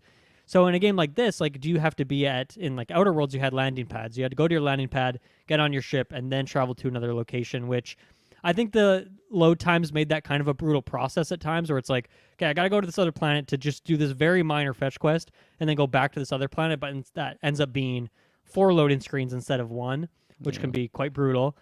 So, I mean, I think the Xbox Series X and, probably higher PC requirements hopefully can knock out some of that loading time if that's a similar thing here. But yeah, I wonder if that's going to affect it, or if you can just, from any planet, anytime, travel to a location you've been to before. That'll be really curious. Because, like, what if there's an economy aspect to the space travel where you need to, like, make sure you have enough fuel or whatever it is to, like, get from point A to point B? Then that's like a whole mess of systems going on there. And so I'm really curious what we're going to get there. 100%. Yeah. Like part of it. Part of me thinks that they will just like keep that same fast travel that they've had in Fallout and in Skyrim as well, because just to keep it accessible for everyone, because like a general audience member who maybe they just want to go around and fuck shit up, like they don't want to have to go through all these hoops. Fast travel is a system, especially like playing Skyrim for myself. Like I kind of self nerf. Like I refuse to fast travel. And like me playing Skyrim, like nowadays on PC, like I have quite a few mods actually that introduce like like an expanded carriage and boat system. So there's just carriages that go to so many different locations. So okay, I'm kind of fast traveling, but I'm still paying this person to take me there. This lore and the realism of the world. Yeah, exactly. Yeah. As long as it has that realism effect, like I have no problem with it. So like again, since we're exploring in space and it's kind of the sci-fi route, I wouldn't be surprised if they introduce some sort of like, okay, take this teleporter thing so that you can just, and then that's like replacing the fast travel, which again, it's the same thing. If you don't really have to pay for it, or there's not like a lot of meaning there, I'll probably just not use it, just because personally I wouldn't want to. But I can see them keeping it the same just to have it accessible to many people. But I don't know, like when they're talking about like the hardcore RPG elements that we will be talking about, when they talk about those systems, it's like, okay, this is kind of interesting, because it seems like they're taking a step away from like making it just accessible to everyone. Like Fallout 4 is a good example where you could just become an immortal. Like there's no cap on like your point system or anything like that. Like you could just eventually get all the skill points. Right. And now it seems like they're talking to keep it away from that, which is definitely interesting and exciting at the same time. But yeah, let's get to that. Let's get to that in a little bit. Just finishing a couple of thoughts here. One thing they've talked about is that they're going to be using more procedural generation in some of the locations. So I take that to mean that, let's say you're going on this moon location, and on this moon there's this little moon base, and maybe there's a couple like points of interest. And rather than like someone hand placing each crater and each pebble, they're going to use this kind of hopefully expanded procedural generation system to kind of auto-generate what this land, what the like kind of blank terrain, the in-between will look like. And then I'm sure someone would go over and once over everything to make sure that there isn't anything clipping through each other, or any major bugs or holes in the ground, that kind of thing. But I think with that system, like utilizing that more than they have in the past, that is how they could get away with having some of these areas be much larger, or having various locations that are very large, especially if you're talking about something like a moon. That seems pretty simple. If you get into more complex planets that have all sorts of fauna and stuff, you're getting into muddy waters there. And that's a pro and a con. One, like they've done that before in Daggerfall, that had a lot of just like randomly generated terrain, but it was completely empty and there was nothing of interest to do there, and it kind of sucked. Like if you wanted the actual scale of crossing this world, it was cool, but you didn't ever find anything interesting because it all just kind of looked the same. So obviously you got to get that right. But a lot of time has passed between now and Daggerfall, so I'm sure that those are more kind of complex systems, and I think they've used them before in Fallout and Elder Scrolls to some extent. So once again, like just kind of harnessing that system more and more. Another point they've made is that they've used this word a lot, saying the game is grounded, which to me is kind of weird. It seems like ironic for a space traveling game to call it very grounded.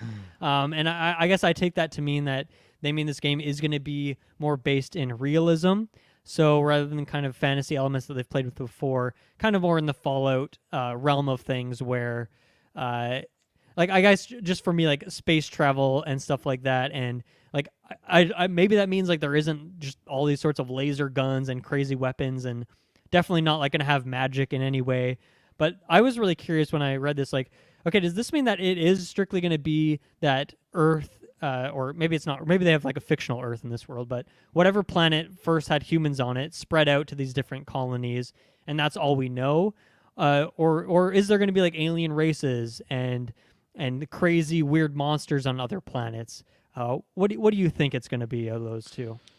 Yeah, no, it's very very interesting. Because like yeah, Fallout out of Fallout or yeah, Fallout and Elder Scrolls, I'd say Fallout's like the more grounded out of those two because you just have Hmm. like beast races and stuff like Yeah. that. Me just loving that stuff. I'm like let's see some crazy alien races and like Hmm. just in the character creations things. But I don't know. I feel like they probably would have shown something like that, at least in like the concept art of just some sort of alien. And I'm not even saying I like the haven't seen player it yet. character. Yeah, in any of the No, yeah, pictures. it hasn't been shown. I'm holding out hope because I like personally, I would just love to see that. Again, it just brings something to like the sci-fi like scratch, I guess that Yeah. I'm looking for. So I personally would love it. But at the same time, I don't think they have to have it in there. They've like cryptically, you know what I'm trying to say. Cryptically. Like like talked about like certain character features. Like maybe if your character looks a certain way, like I don't know, the people that your Hmm. passerbys might comment something about you, which again, like because I'm playing Skyrim right now, if you're playing an elf and you're in like a Nord city, they're just like super racist towards you, like fuck you, Hmm. I never trust an elf. And I think that's really fun because again it makes you the player really feel like the type of something that you're playing. It gets you feel immersed in the world. It's not just like hey Bob or like hey there, like just like a really common Hmm. saying that I just feel like I'm playing the same character no matter what my race might be in the game. But again, it could be something like maybe you have a lot of cybernetics or something, so people are kind of distrustful of you because you look Mm. more robotic. Because like robot, like if you're a cyborg type character, I think that's a lot more grounded than being a hammerhead shark man, Right. something like that. Which, first of all, let's get that character in there, the hammerhead shark race. I think That'd that'd be be cool. that'd be cool. But so my want is to have alien type creatures. That I just think aliens are fucking cool too. So Hmm. and I don't know, like the idea of going to another planet that maybe you're discovering a new race or something like that. Maybe they can incorporate that in the I main story. just a Here's one reason why I don't think you'll have other playable races. Like I think you will be a basic human because I'm guessing, and I mean they could go against this because in Elder Scrolls the different races used to have much more like very different voices. Like they actually Mm, sounded like completely different. Whereas they've kind of homogenized that. Now everyone right. just sounds kind of the same, which is to me it's actually really unfortunate. I understand why they've done it because it's less voice actors, easier to do, and all that. Yeah. To me, it is kind of a bummer. But I think for this game, I'm guessing that you're gonna have a fully voiced main character, and so sorry, like I was saying, an alien could have just a regular human voice, but I think that would kind of suck if they did. I would hope they'd have like Yeah. they'd sound different in some way, and that's where I don't think you're going to get multiple voice actors for the main protagonist. I think you're going to get Yeah. a man's voice, a woman's voice, and that's it.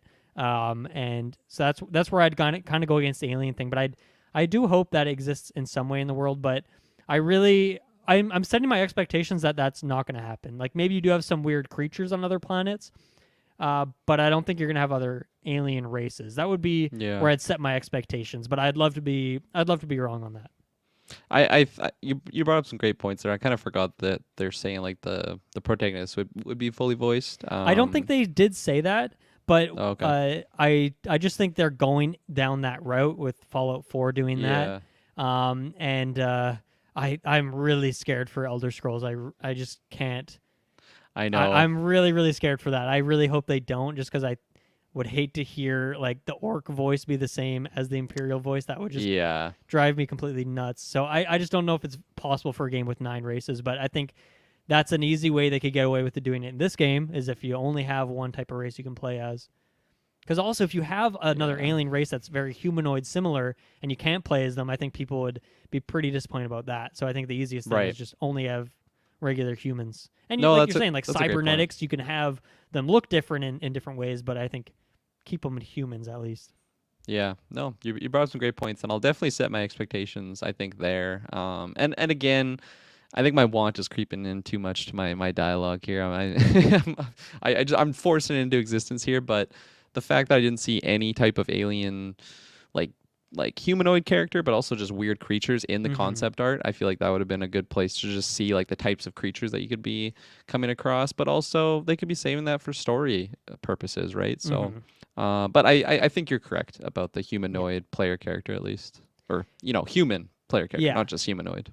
And I guess this is worth bringing up here that one of the things they've said is that there is more than double Skyrim's dialogue in this game. Now, to me, that's very tactical that they said Skyrim and Yeah. not Fallout 4, right? Because to me, well, like Fallout 4 probably has double the dialogue, if not more than Skyrim. And the reason for that is because you have your voice protagonist. That's going to add a shit ton of lines, especially if you have Yeah. male, female. I don't know if they consider that two different lines if it's just the same line but said by a man or a woman. But anyway, I think that's to me that answers my question pretty much of like it's double Skyrim because you got a voice protagonist, and that's pretty much the end of that. So, uh, anything else? Like we kind of just talked about that. Anything else? Thoughts on that particular line they say? No, I think you made a good point of Hmm. dissecting the Skyrim element out of Yeah. that, because yeah, you're right. The Fallout 4, like just the player character, that would have been so many extra lines, and Hmm. if and again, it just feeds into your kind of hypothesis there of like if they're saying this, then we're gonna be getting like a dialogue player character like we got Hmm. from Fallout 4. Yeah. They also have said that there's a persuasion mini game, which makes me very curious because going back, I think Oblivion has a very maybe we'll say infamous dialogue persuasion mini game where you kind of had this pie chart, and in each quarter of the pie chart, you can see how the person you're talking to will react to a joke or taunt or a compliment, and then it's just like a very cheesy thing where the person's face is changing, like they're doing like some big dramatic smile and like some very mean Yeah. grimace and just like reacting on the fly. It was very cheesy. I actually think it's a fun mini game, but it's very janky and does not have any sort of realism whatsoever. And in Morrowind, it was very simple. It was just like skill checks. What was what was like the persuasion aspect of Skyrim? I can't even remember. Is there like It, what does the speech stat even do in Skyrim? so yeah, like sometimes I don't know. If someone says something specific, there might be like a tab like say this, and then it'll be like in brackets persuade, and then say this in brackets intimidate, say this in Right. brackets bribe, and then it'd be like the gold amount. So it's not a mini game at all. It would just be like, okay, this particular person has some information, and then if my skill or if my speech stat is high enough, then I can use the persuade. If I, again, I think even like the intimidation is under speech as well. So if you just like max out your speech, you Yeah, can kind I of get think they away with are. those things, and you can bribe people like more often with the higher speech stats. So it really wasn't anything. Hmm. They got away from that going from Oblivion into Skyrim, I'd say. Yeah, and then Fallout does have a speech stat, and it's implemented where you get new dialogue options. I think they've honestly really kind of taken steps back in that they kind of made it simpler and simpler each time. And part of that, once again, is a voiced actor. If you have to have every single line voiced by someone, then you're probably gonna write less options for them. But anyway, that's a whole nother discussion for another day. But it's interesting. It's really interesting to me that they're talking about having a persuasion minigame. Like I'm really curious what they're going to do with that, and how do you make that not cheesy? How do you make that work on the fly? How do you make that work with a voiced main character? A lot of questions there, but I think without having the kind of baggage of what the previous Fallout games have done, the baggage of what Elder Scrolls have done, like since this is a new IP, I'm really curious to see what they do with like a fresh look at it, built from the ground up. So hopefully that's good. Let's see, what do we want to jump into next here? Let's talk about the RPG stuff. So you brought this up. Do you want to dig into that stuff more? Yeah, let's do it. Um, I mean, it's such a big deal going from Oblivion to Skyrim, I believe, is the fact that they like jumped away from like you actually are kind of limiting yourself in character creation screen. Like Mm-hmm.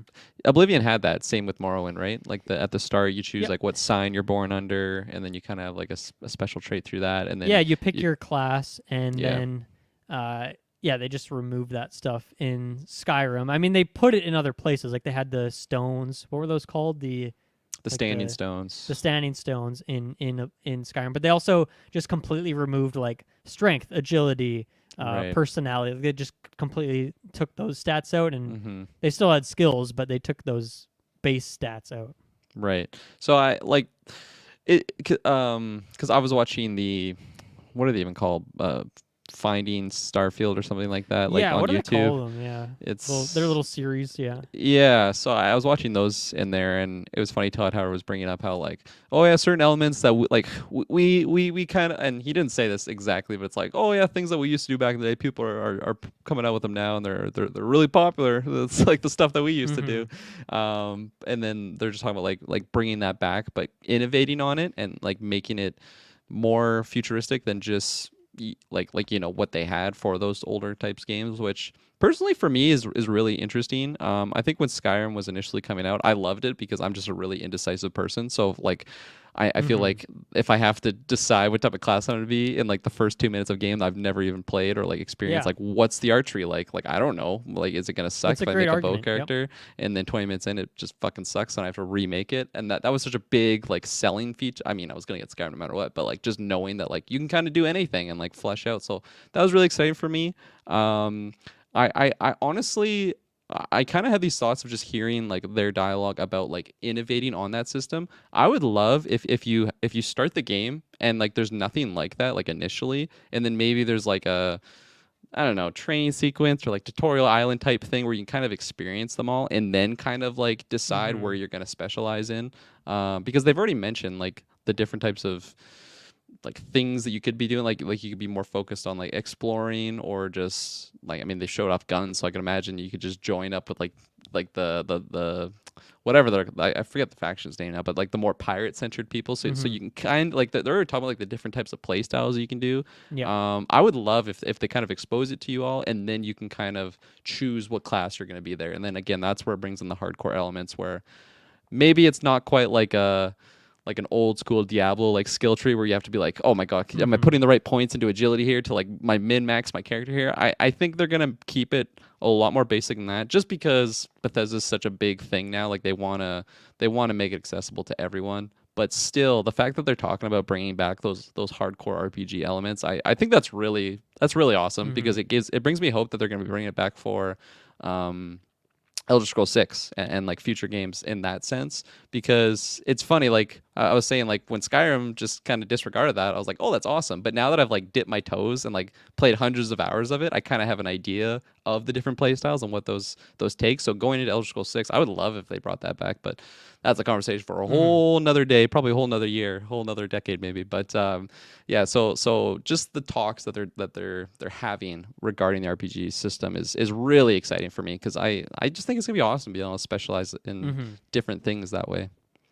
Yeah, I've always been very critical of them moving away from those systems of like really defining your character and who they are and in a way like really being stuck in your class like Morrowind is a great example where if you pick the stats of an archer mage character and then you try and use like up close swords and shields like it's going to be awful like the gameplay will not feel good you're going to miss everything your shield's not going to work you're going to get wrecked and I that can just like turn people off the game completely and I totally understand that but I really like having more say over who my character is, the backstory of the role playing, because I think in so many other ways, these games let you live that fantasy so well. And so I really like kind of having to dig in. And it's tricky because you mentioned like it'd be cool if they gave you a way to kind of test everything out and then choose what your specialty is or what you want your specialty to be.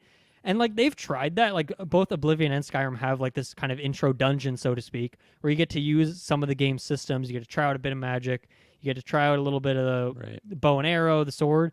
But then like that's still like a very short sequence to then be picking who the character is that you're going to be for the rest of the game. In Skyrim, it doesn't matter because you can use anything and you'll be equally fine. But in Oblivion, like that could be a thing too, where it's like, oh, okay, I only played this like 15-minute sequence. Now I got to pick my character that I'm using for the rest of the game. What if I don't like this thing and I want to switch it up?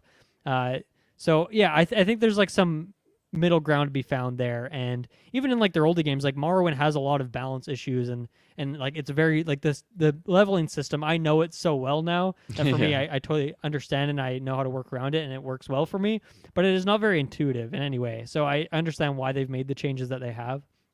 But this for me is really the part of all of this info that we've got that I'm really just taking with a grain of salt. Like I am not believing a word of this until we actually see that deep dive and see what those systems are, and then maybe even then wait and actually see until the game comes out, because a lot of this other stuff I can understand what they're saying and extrapolate from it, but for me, like I know this is something that you could just say in a blog post and it could get people excited, but I think they really got to prove it to me, because with each game they've been going further away from these deep RPG systems and making it more and more simple, easy, accessible. And that's not a completely bad thing, but it just makes me really wonder why they're taking a 180 for this game. Maybe it is because it is a new AP and they feel less baggage, but I just got to see it to believe it. And I'm curious, like, what are the stats like? What kind of skills are you upgrading? How do you level them up? How do you get from level 1 to 2 in this game? Is it like using specific skills in specific ways? Is it just doing absolutely anything? Is it like Fallout where you like turn in a quest or discover a new location? That's how you get experience, and it doesn't actually matter what skills you use. Like they've done so many different systems, so I'm really curious to see where they land for Starfield on that. But yeah, I don't think I want to get too into the nitty gritty on it until we really have seen more. No, that's fair. No, absolutely. I think I really hope they have some sort of like Starfleet, like university type thing, like like that'll be like the tutorial type thing, and then you graduate, and then it's like, what am I specializing in? That's the way I was kind of headcanon that. It's that's actually an interesting thing, is like in Oblivion, Skyrim, it's good that you can test these things out before you pick your class for certain, or at least, or more in Oblivion. But in Morrowind, it's different because like the intro sequence is like a minute long. So if you want to reset your character, it's not like this slog where you have to go through this whole intro sequence again and get all this story stuff. Like you can just skip the cutscenes and be in the open world in like a minute. If like even on your second playthrough, like speedrun that shit, you can be through it really quick. So for me, that works well, and I love making new characters in that game. But it's more designed for that. Whereas with Skyrim, it's like they really, I feel like, want you to play one playthrough and that's it. And that's okay, but it seems like they're, once again, switching gears in Starfield. So that's 100%. Both exciting and intriguing. We also know that this game is going to be on a new engine for them, or at least, I don't know if it's truly a new engine from the ground up. I think they've always kind of are making improvements to their engine, but I think this is maybe more of a bigger step. And, we have new consoles now too. So I'm really curious to see what that means for the games, or for the game. For me, I'd really just want to see that scale beefed up a bit, and particularly for me, it's with the amount of people in these worlds. I think that's always been a problem for me, is you really have to, in your head canon, say like, okay, each one person in this town in an Elder Scrolls game is equivalent to like 20 or 50 people, and now you have a believable civilization. Right. And you don't have to get to that point where there's 1,000 people in a city or by any means, but I really want to see that number pumped up a lot, and hopefully new tech and a new engine allows them to do that without just crashing the game and creating a whole mess of new bugs that we know that they already release their games with a lot of bugs in them. But I think for me, that's the biggest thing I want to see with a new engine. And of course, load times are nice as well. But what are you hoping for? What do you hope to see with some new engine upgrades? Yeah, that's honestly like the new engine stuff. That's one of the most exciting things for me, because I can only imagine this is what like Elder Scrolls 6 is going to be on, and like a lot of their future title games. So like I've just become so used to like the Bethesda. Well, I don't know when like the current engine was kind of introduced, like what game it was, but like I think Morrowind. Maybe Morrowind. Okay. Yeah, I think with Morrowind is probably when they overhauled it, because Daggerfall was very different. Completely different, right? Yeah. Yeah, so just like the way that you can just like interact with like items and just like move them around like that, like they better never get away from that stuff, because that is some of the funniest things. Going of, into like, every single building you see is amazing. Oh yeah, and I mean, then, Fallout's like, just, an exception because everything's like rubble, but at least in Elder Scrolls. No, exactly. So I really hope they stay true to like what makes their engine like their own, and like really identifies it as a Bethesda game, but just quality of life things. I'm looking for improvements, really polishing like some systems that they already have there, but not reinvent the wheel. I think that's my biggest hope there. But yeah, no, it's it's exciting times, new Bethesda engine. I feel like I just got so used to it. I'm like, I'm gonna be playing Elder Scrolls 7 on this current engine right here. Yeah, I mean, I think expect it to feel very similar, but yeah, just like a 2.0 of the same engine, like not a wholly new engine from the ground up is what I would expect. But hopefully, I think with each game, like Fallout 4 had the best gunplay. Like, obviously Skyrim doesn't have guns, but in terms of like bows and stuff, like, Fallout 4 is the peak of that. Like they just keep getting better and better with the game feel stuff, and it can be awkward going back to some of their older games where it doesn't feel as good, but. Hopefully, Morrowind, attacking with your Morrowind, sword. Everything's a dice roll, baby. I love it. So yeah, and let's see what else here. So I don't think there's too much to dig into here, but there's a robot companion called Vasco. Kirklin popped in the name there for us in our notes Great here. Name. Yeah, I think for me, this is just a confirmation of like, hey, we got companions, which I would have been maybe surprised if we didn't have companions. I think that'd be going quite a bit different direction. But so yeah, I think Vasco is very much in the thread of having Dogmeat, who a dog companion in Fallout 4. I think it's fun to kind of have a non-humanoid companion in these games. And in Morrowind, you could have like a pack guar, who was like kind of like a little dinosaur as a companion, which was cool. I don't really know if Oblivion had that kind of thing. And then you can also have like a ghoul, a super mutant rather, as a companion in Fallout. So I think they always like to have one of those kind of more off the wall companions. I guess Vasco will be the one this time around. That's awesome.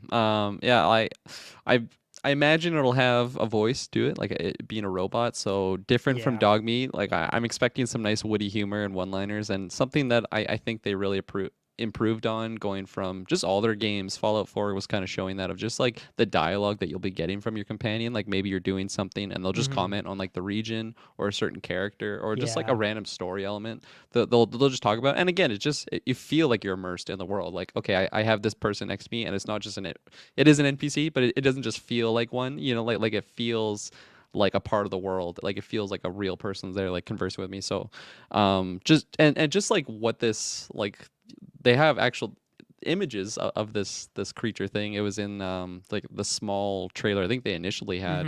It was just out on the moon, and I think it'll just kind of looks like a little mech sort of guy in terms of the aesthetic. Definitely. I imagine it'll double. Which I mean, it's funny in Skyrim, your companions are basically like your packing mules. Like they'll just hold shit for you. Yeah. So your Vasco will definitely be that, and I hope they really lean into like you've seen Interstellar, right? Mm-hmm. So remember like those robots that they have like on their missions that just like are like it's their AI, but also while they're on missions, it'll just like follow them around and help them like do tasks. I imagine Vasco will be like that. Let me pull up a picture. I'm not. They had like a really those things. Really simple name. Yeah, definitely different design, but still just that idea of like this AI that's just helping you on your missions. And I think it's really exciting to have this new Dogmeat, because Dogmeat, I loved him. He was probably definitely like one of my favorite followers in Fallout 4. I think he's the one I use the most, honestly, just because I like the idea of just being in this barren wasteland with man's best friend alongside me. And he didn't say much, a lot of barks, but replace that with Vasco. And there's going to be tons more that are introduced. And it's funny, I think even the line in the article, like the employees were saying like, oh, this is our favorite companion ever. And it's just like, this is probably like the first one they had for the game. So I'm excited to see like which human companions are introduced there. But still, I think Vasco will be memorable enough, like Dogmeat was. I feel like I could see him being like the kind of first companion that is kind of like the gimme companion. Like you don't have to do a quest line or anything. You just kind of get them early. You get access to them early on, and probably like every new playthrough is like, okay, I'm gonna go pick up Vasco at the start here, and then go from there.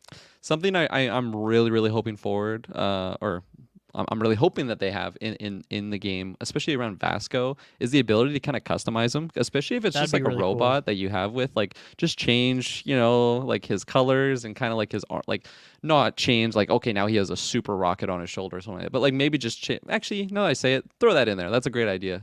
I'm gonna give him that one. You don't have to pay me for that. But also like maybe like change like a voice box in him so he has like a different accent. I think that would be so cool. Again, it's kind of limited. Like how many voice actors do you want it to be? But even if it's just like modulators on like what the exactly. pitch is and stuff like that, that would be fun. I really hope we get that sort of stuff, because I mean Fallout kind of had robot type characters, like the Mr. Yeah, Handy there actually bots. is. I think in Fallout 4 and maybe Fallout New Vegas. I think there's a robot Oh, companion as well. So they've right. done it Yeah. before, but they didn't have customization. Like you had No. I don't think you can't change their voice. You can't change their appearance in any way. But Yeah. Because like be in a thing there. Skyrim, I guess you give your companion like different armors and stuff that they'd Mhm. wear if it's like better than what their base is. But just expand on that, man. Especially if it's sci-fi route. Like, come on, Mhm. let's get some mods out here for our robot companions. Yeah, and I kind of since I do kind of picture this game in a outer worldsy sort of way, one thing in that game is like your ship is like a big deal. It's kind of named, and your companions hang out there, and you do a lot of stuff there and build your gear and whatnot. And the robot companion you can have in that game is also he's kind of like the cleaning robot is how he's pitched as originally. So he's kind of like cleaning the floors and doing stuff. And it'd be cool if Vasco could do that too, where he's like he could repair the ship in some ways or make Yeah. modifications to it or or talk with like the inner machinery of it or something in a cool way. So that'd be fun. Totally. I guess kind of going along with that is they've described the art style. They kind of have their own name for it. They call it NASA punk, which is funny, and I feel like it's kind of like that semi cringe of like Bethesda. They're always kind of silly in the way they say like they're just such nerdy dudes, which I love obviously. But They are, I think yeah. that fits in that with that aesthetic. But to me, I take that to mean that I think there's going to be kind of a chunkiness to like the spaceships and the planetary stuff. Like I think it's like I don't think the tech will be so far advanced that everything is on like these tiny Right, little yeah. microchips and like there'll be holograms everywhere. Like I think it will be once again grounded in a way, and I think things will kind of have this realistic chunkiness to it where you can understand that the ship flies because or can fly between planets because it's huge and it's got all these engines in it, and like it's kind of believable in a way. So that's what I take that to mean. And I guess the punk part of it is more that there is kind of still like some stylish flair to it where they can get kind of wacky with it and go a little bit more unrealistic, but they are still kind of staying grounded. But what do you take that as? Yeah, What do you take I that to took it. mean? I took it very similarly. I took it as personal. Like instead of having like Mass Effect technology or like Halo technology for like the spacecrafts, it's like basically holograms is like what they're interacting with. It's like I don't know what the fuck that does, but I believe it. It's sci-fi. I picture more of like okay, in like 10 years, like let's say we're kind of getting Right. spacecrafts up in the air and stuff like, or we are already, but like just more accessible. I feel like it'll be the more that route, like maybe in the near future tech instead of just like thousands of years in the future. So definitely agree there. And like the spacesuits that they've been showcasing again, it's pretty NASA inspired at least, and then maybe just like the spaceship that they showed off in that trailer, like when he's on the console again, like what I was saying, like, it's not like he's interacting with like a hologram that he's like moving his hand and then it flies away, like he's Yeah. flicking switches, and Yeah. it's very believable in that sense, and I think that's where that's going. And then the punk aspect, like we have space pirates. I forget the name of them. Crimson Fleet. There you go. I had to look it up because Nice. I didn't want to keep butchering that. But like they look like space pirates, but they still have like the NASA suits there. So I think it's just like more, as you mentioned, like more flair on their outfits. And like the Crimson Fleet, they have like bones, like on some of the concept art that they had for the characters, and like just they look like Ravagers type character, or not Marvel Ravagers, just like a Ravager type NASA Yeah. guy, and then some other concept art they're showing off in there. It really brings that punk aesthetic to it. But I think the Yeah. NASA is what we were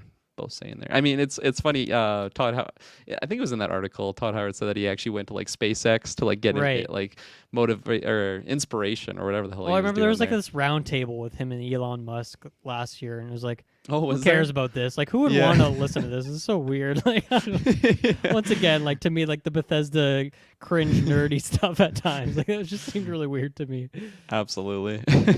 I'm gonna bring up for the YouTube listeners, but also so we can be on the same page, just some of these screenshots that we have so far. Gorgeous. Actually, in That's this one Vasco we can see repairing the Vasco ship. kind of Yeah. working on the ship a little bit. So perhaps what we were speculating on there is going to be the case.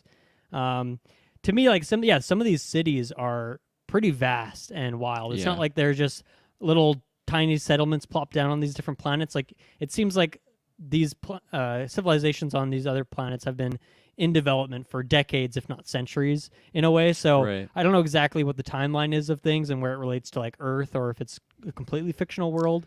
But another city here That where particular, or Mhm. sorry to cut you off there, but that No particular good. city that you were just showing in the image prior, Hmm. so like I think like the planet and its biomes alone with like these sheer rock cliffs and just like the blue skies, and everything, like, that alone is just gorgeous. And then just focus on the city, and like the city alone is like just absolutely gorgeous. So like just Hmm. like the idea of mixing these two and like being able to explore the city and the world, I think that's Yeah. so exciting. These concept arts, I know like this is Yeah. only second image now, but like fuck, they were getting me excited going over these. Yeah, and I know this is like a bit getting in the weeds of things where it's like these are not in-game screenshots by any Yeah. means, but I think to me it just shows like okay, this is in terms of like where we should set our expectations for what the ambition is for what these cities are going to look Yeah. like. And this other screenshot here, to me this very reminds me of the Nova Corps planet in Guardians of the Galaxy Mm, where things are very kind of white buildings, sleek. There's like fountains all over the place, and just like a little bit of plant life kind of creeping in through there, but just kind of this really big scale. And I think that to me that's what stands out is that in Elder Scrolls or Fallout, like there isn't too many places that just have this massive scale of them in terms of just like the size of buildings or the length of how big a city is. So to me, this kind of gives off an idea that they're going to maybe be a little more ambitious with some of these capital cities or main cities. right on. Yeah, and in that image they show those are like flamingo type creatures. I'm really Right. excited to see like what the wildlife is in the populated locations and the Also unexplored looks like maybe ones. there's like some flying cars in the background here. So some Futurama style Yeah. flying cars. So Hell yeah. that's interesting. One I haven't step noticed closer that to before. humans in tubes Yeah. flying around. This is like there's kind of like a Fallout-y looking one here. Definitely. That's interesting. That could be fun to kind of go to this planet that maybe was caught up in war at one point or another and was kind of just blown off the face of the earth, really, and it's kind of gone. And you can go there and check out the remnants, and maybe there's a radiation system in the game, Fallout style. Um, this one stands out. How would you describe this one? NASA punk, baby. No, this is the most cyberpunk feel out of Yeah. all of them. It's the Ryujin, which is like the more I think in the video they're describing it as the more corporate side of the Okay. world. I hope I'm getting it right. But oh yeah, so Ryujin Industries is one of the factions. Megacore, There you one of the go. possible starting factions. I read your whole note. I'm like Ron Burgundy over here, just reading the teleprompter. Question Yeah.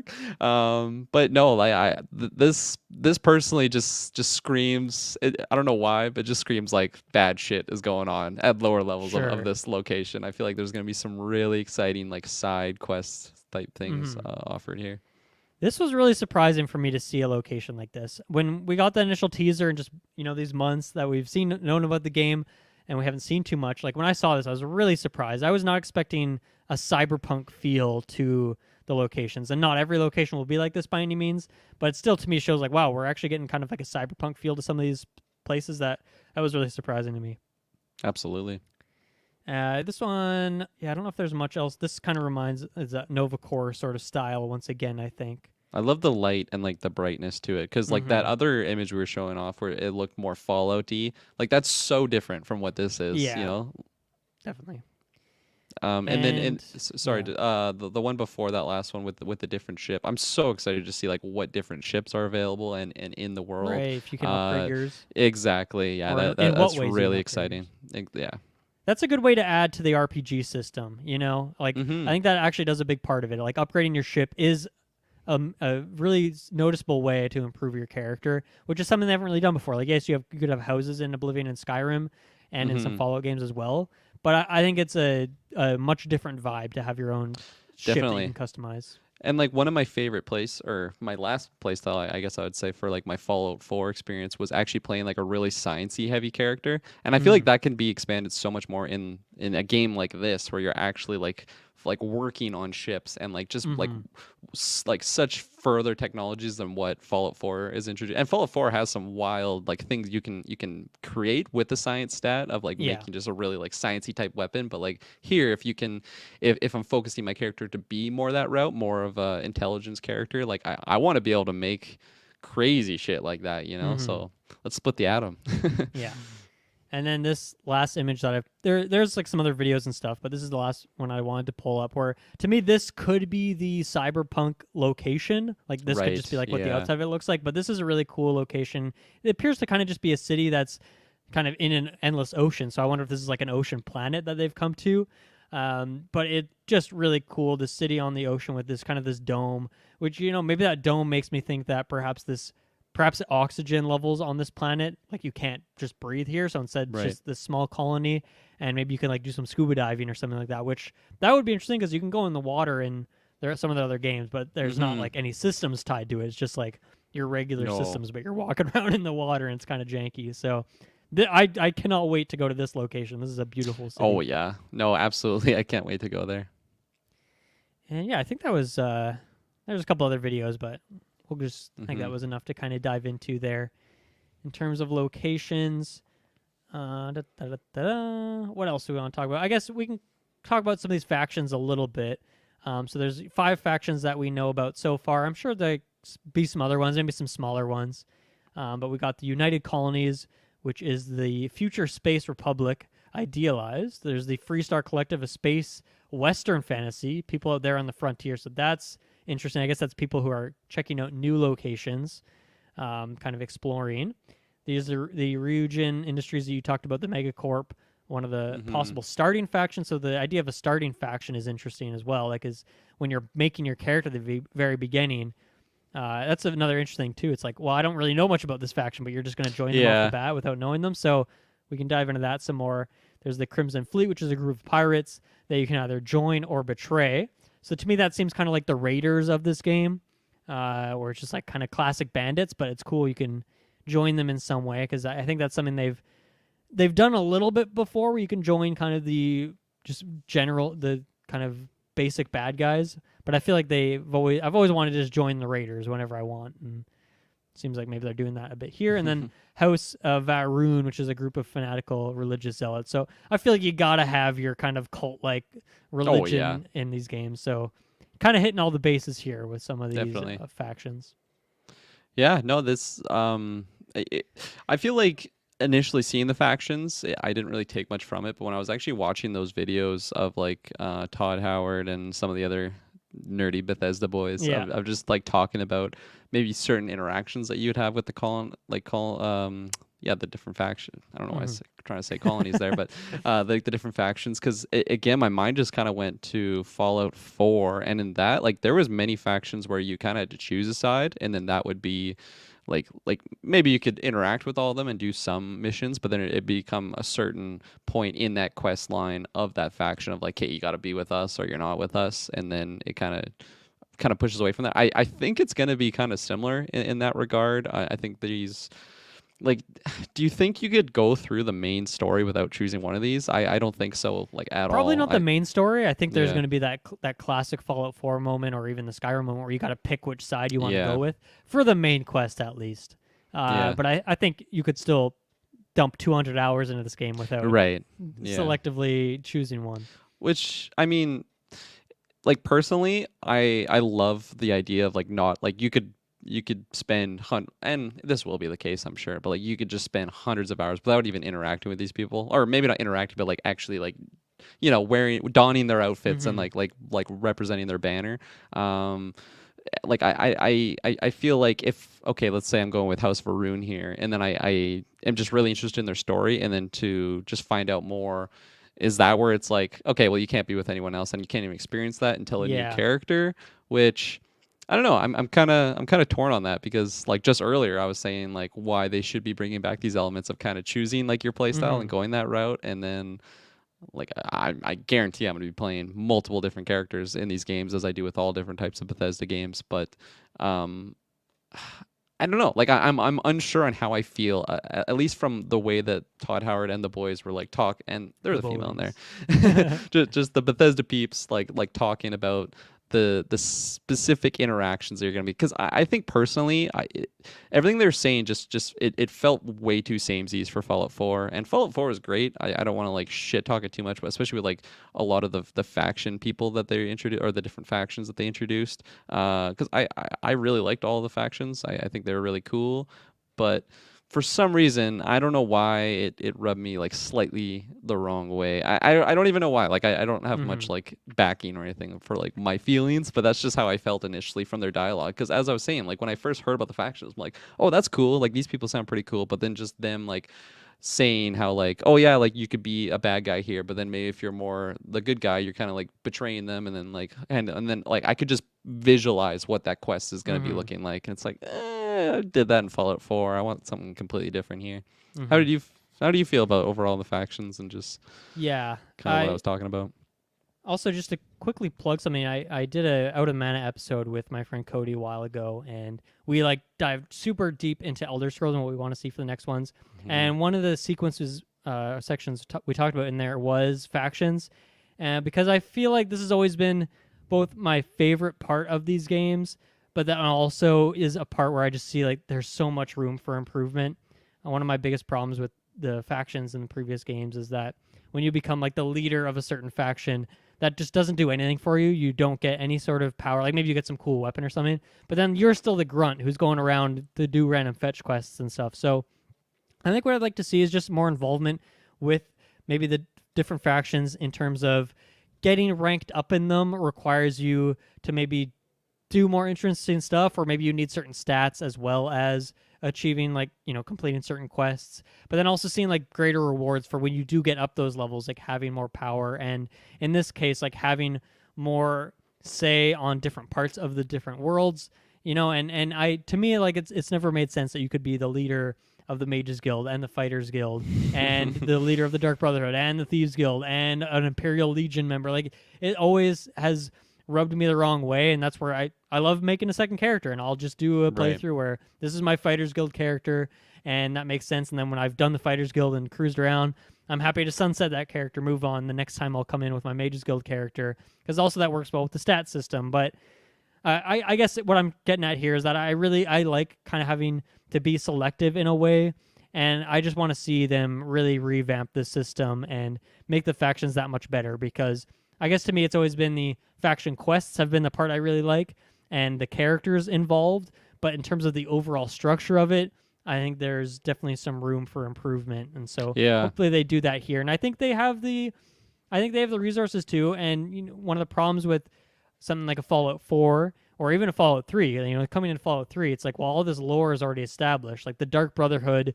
means this thing, or in Elder Scrolls, like in Skyrim, they just got rid of the Mages Guild and Fighters Guild to do something new and different.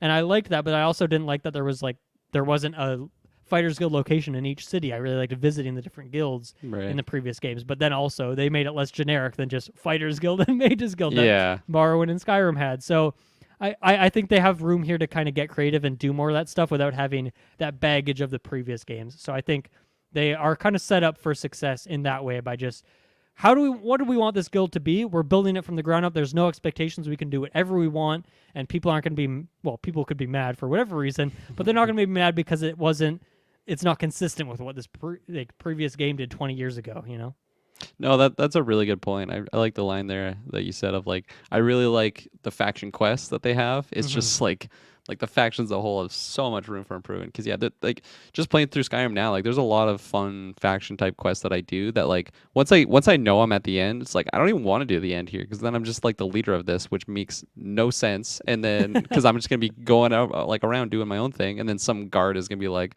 oh, you're the leader of this thing. It's like, yeah, that kind of takes me out of the immersion a bit. So I really hope they expand on, I don't know, like actual faction lead. Like I'm assuming once you finish the faction quest, you're just gonna become the leader again, like they do in pretty much all their games here. But like just like what does that really mean, to have that role? I hope they ask themselves those questions and really just expand upon the systems. Yeah. Like, am I delegating more? Like, am I actually becoming like a more manager of like the Ryujin industries, which like sounds like a whole corporation? Like, am I actually able to like choose where?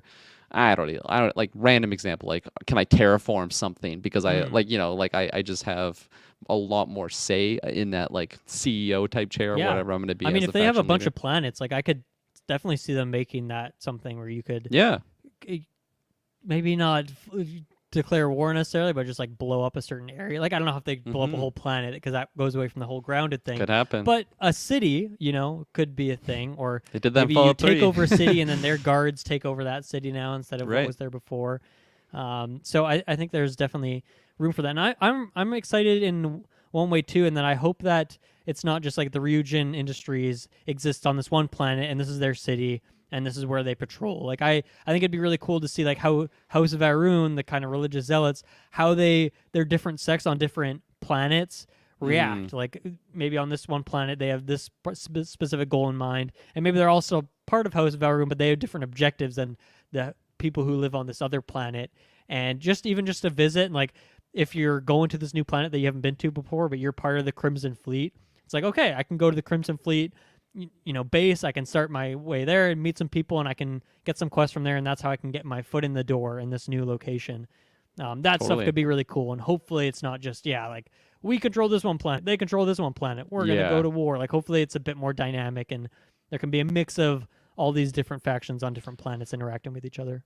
There's so much potential there, like just with all these factions and like everything we're kind of talking about here. But like I feel, unless I'm mistaken, I think there was a line there that like I don't think it's all the factions, but at least some of the factions have like a just a sort of peace going on. Like they've squabbled in the past, but like for some reason they're just like a settled state. Which again, once the player gets introduced, I'm sure shit's gonna be like what side I'm gonna be choosing. And like I want to see some like takeovers of certain bases. Like maybe House Faroon is just like, because they're religious zealots, they just want to spread their gospel like everywhere. Like if I'm going fully down that hardcore zealot role, like can I be like dismantling like I don't know anyone that's kind of going against that, and then like just like raise the flag in those bases, maybe take it over, and then that just would like be expand. a super fun character to play. Where you are just like some brutal killer, where if someone like doesn't do what you say, it's like, oh, by the word of whatever god we believe in, like I'm gonna take you out.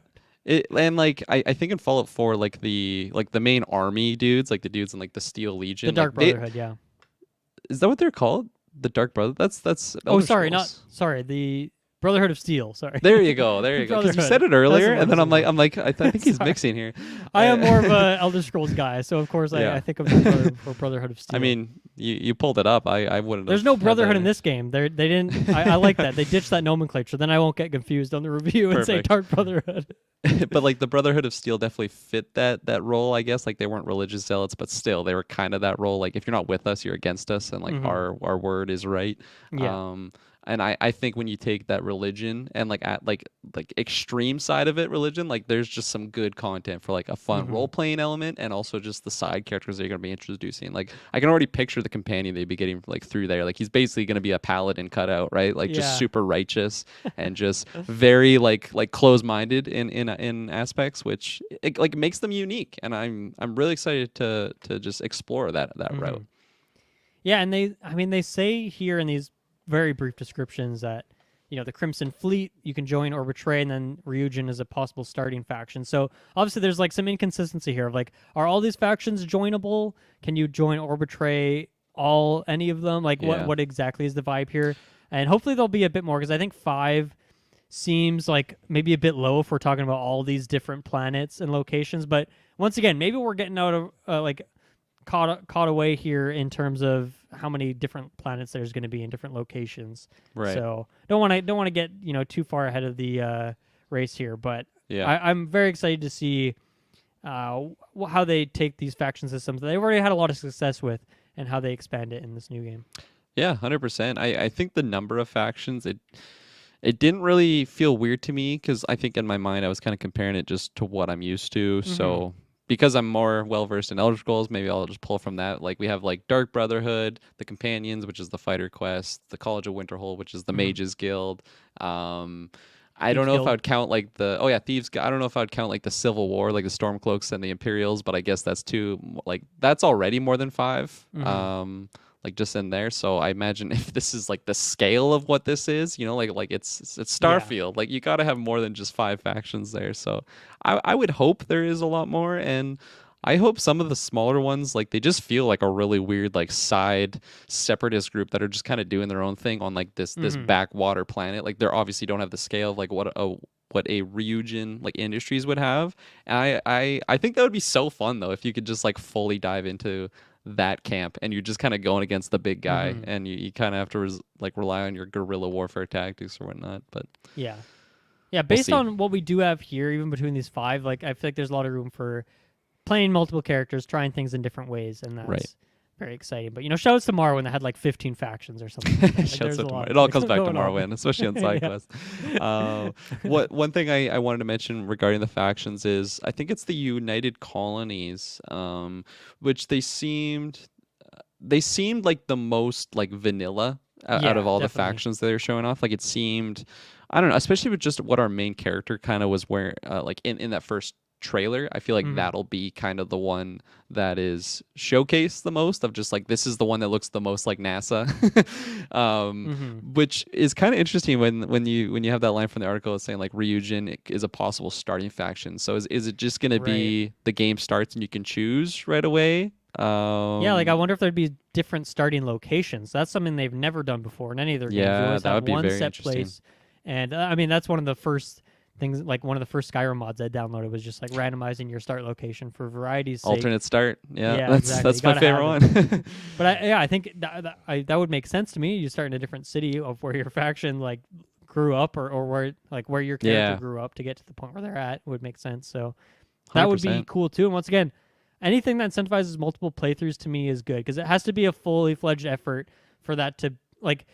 There has to be a good justification for multiple characters, or else you'll just get the Skyrim thing where for me I just always stuck with one character because I didn't really feel like I was missing much by Yeah. creating a second character because I could do all the skills well with one character. But No, yeah, 100%. And like for me personally, I feel like I've just evolved as like an RPG player where like before I just prefer the silent protagonist one because as I mentioned I'm just very indecisive, so it's like I don't know what I really want to roleplay this like, whereas yeah, now I got some D&D games under my belt, and yeah, like yeah. I feel like if I jump in and be like, okay, I'm gonna be House of Arun here, like I could just totally roleplay that element, like just Hmm. not even interact with certain characters, um because like they just go against like what this character, like like I can totally see myself just getting Yeah. fully immersed in that role playing element, which makes it fun because like I feel like in these types of games, maybe I'm just my base mechanic that I would rely on is just like the stealth. Like, okay, let's just Hmm. stealth this. But if I'm role playing a more just like I don't even know, let's just say Brotherhood of Steel type character. Like, yeah, I'm going through the fucking front door and I'm telling everybody who I am. Like, Yeah. it's fun. It's fun changing your play style like on role play elements. Which again, I must credit D&D to that honestly, because there's so many things that you got to stick true to your character for that. So kind of Yeah, random I tangent mean, there, but Elder Scrolls was originally created as like this was the world that the people working at Bethesda used as their D&D world, and then they that's eventually awesome. made it into a game, and it's gone a lot of places since then, but it still has those roots. And so obviously all those nerds over at Bethesda going back to their roots here. So I'm very excited for Starfield. I think at this point it's my most anticipated game Mm-hmm. that's yet to come out. So yeah, I just can't wait, and I think we're gonna hit that November date, and I'm anticipating that in June is when we're gonna get a more of a deep dive and actually see some gameplay, and then we can talk more about like the gameplay, the combat, like what that stuff's gonna be like. It's hard to go off these what we have here. Like it's hard to really go into it and what kind of weapons we're gonna see and enemy types and Yeah, whatnot. So yeah, any final points on this? I mean, there's some other places we could go, but I think we've had a pretty good discussion on this for today, absolutely. considering Yeah. that there hasn't been a new trailer in what like 10 months or something. So Yeah. yeah, I would love to be fun, back on if we when we get that gameplay trailer or definitely. something like that. That'd be so much fun. Because yeah, like personally, when the Starfield announcement happened, was this same show? It was the same show as the Elder Scrolls 6, whatever that was, wasn't it? Um, I don't 'Cause- think so. or No, Starfield was prior, I and then think maybe. Starfield was last year in June, Oh and my then gosh! I I'm mean, getting so lost in the and then years. Elder Scrolls was like years ago at this point. Fucking I what a think joke that was. actually here's what it was. I think the first time we saw the Elder Scrolls logo is when we got the Starfield logo, but then we actually got Yeah. that trailer last June. Right. No, you're right. So I think Yeah, that's you're what it was, 100% right? right. Yeah, that one E3 show had the like title reveal essentially for the both two title games. reveals, and then just because I I'm mean, more not of even an the Elder Scrolls 6. They don't even have a title reveal. They just have like the number, but yeah. the So out of landscape those reveal. two, because I just have like a lot more love for like the fantasy side of it, it's like, Yeah. oh, I'm just gonna focus on Elder Scrolls here, and then Yeah. It's the so far close- away that I can't even yeah. get anticipated for that. Yeah, that's And where I'm at. that's kind of what I was like feeling around Starfield. It's like, hey, it's so far away, and like even at the start of this year, I'm like, it's still so far away. I know it's coming out, or I think I didn't really know it was coming out this year, at least like Mhm. in my head at the moment, like subconsciously I did. And then doing this episode, like going over the notes and like watching those videos of Todd Howard and the Bethesda nerds, like just breaking down. We mean that in the most sincere way, of course. It's fun. It's fun. I love them nerds too. Yeah. Todd Howard has brought like some of the greatest games like ever for me personally. But yeah, I love to tease him. But anyways, just like the more I'm getting information about Starfield, it's like, holy fuck, man. Like I think this is my most anticipated game now. Like just the Nice. possibility what this is, the fact that it's the first like new IP under Bethesda in like what, Yeah. 25 years? I think that was A the number. long It's probably time. more now. Yeah. Like that is so exciting to me.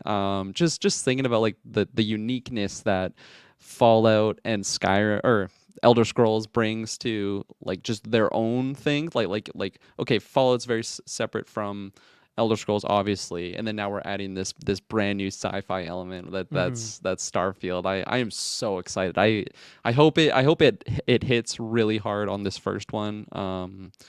For selfish reasons, because I just want to play a really good game, Yeah. but also just so it becomes like a new, okay, when's Starfield 4 coming out, and like what's this one called? Because dude, space is infinite. They can expand this as far as they want, right? Like they've already been doing that for Fallout and Elder Scrolls, so it's exciting times. I can't wait to get more information and a solid gameplay trailer. That's it's crazy to me that it's actually this year, November 11th, same Yep. Skyrim date, 11 years later. Like let's go. They love that stuff. Yeah. Mhm. Well, I'm very hyped that you are hyped because I feel like I was maybe a bit alone in the Geek First like excitement. I just camp wasn't for thinking Starfield, about it which is initially. totally justified because Yeah. we haven't seen any gameplay yet. But I've been just super excited for this game, and I'm glad that you are too.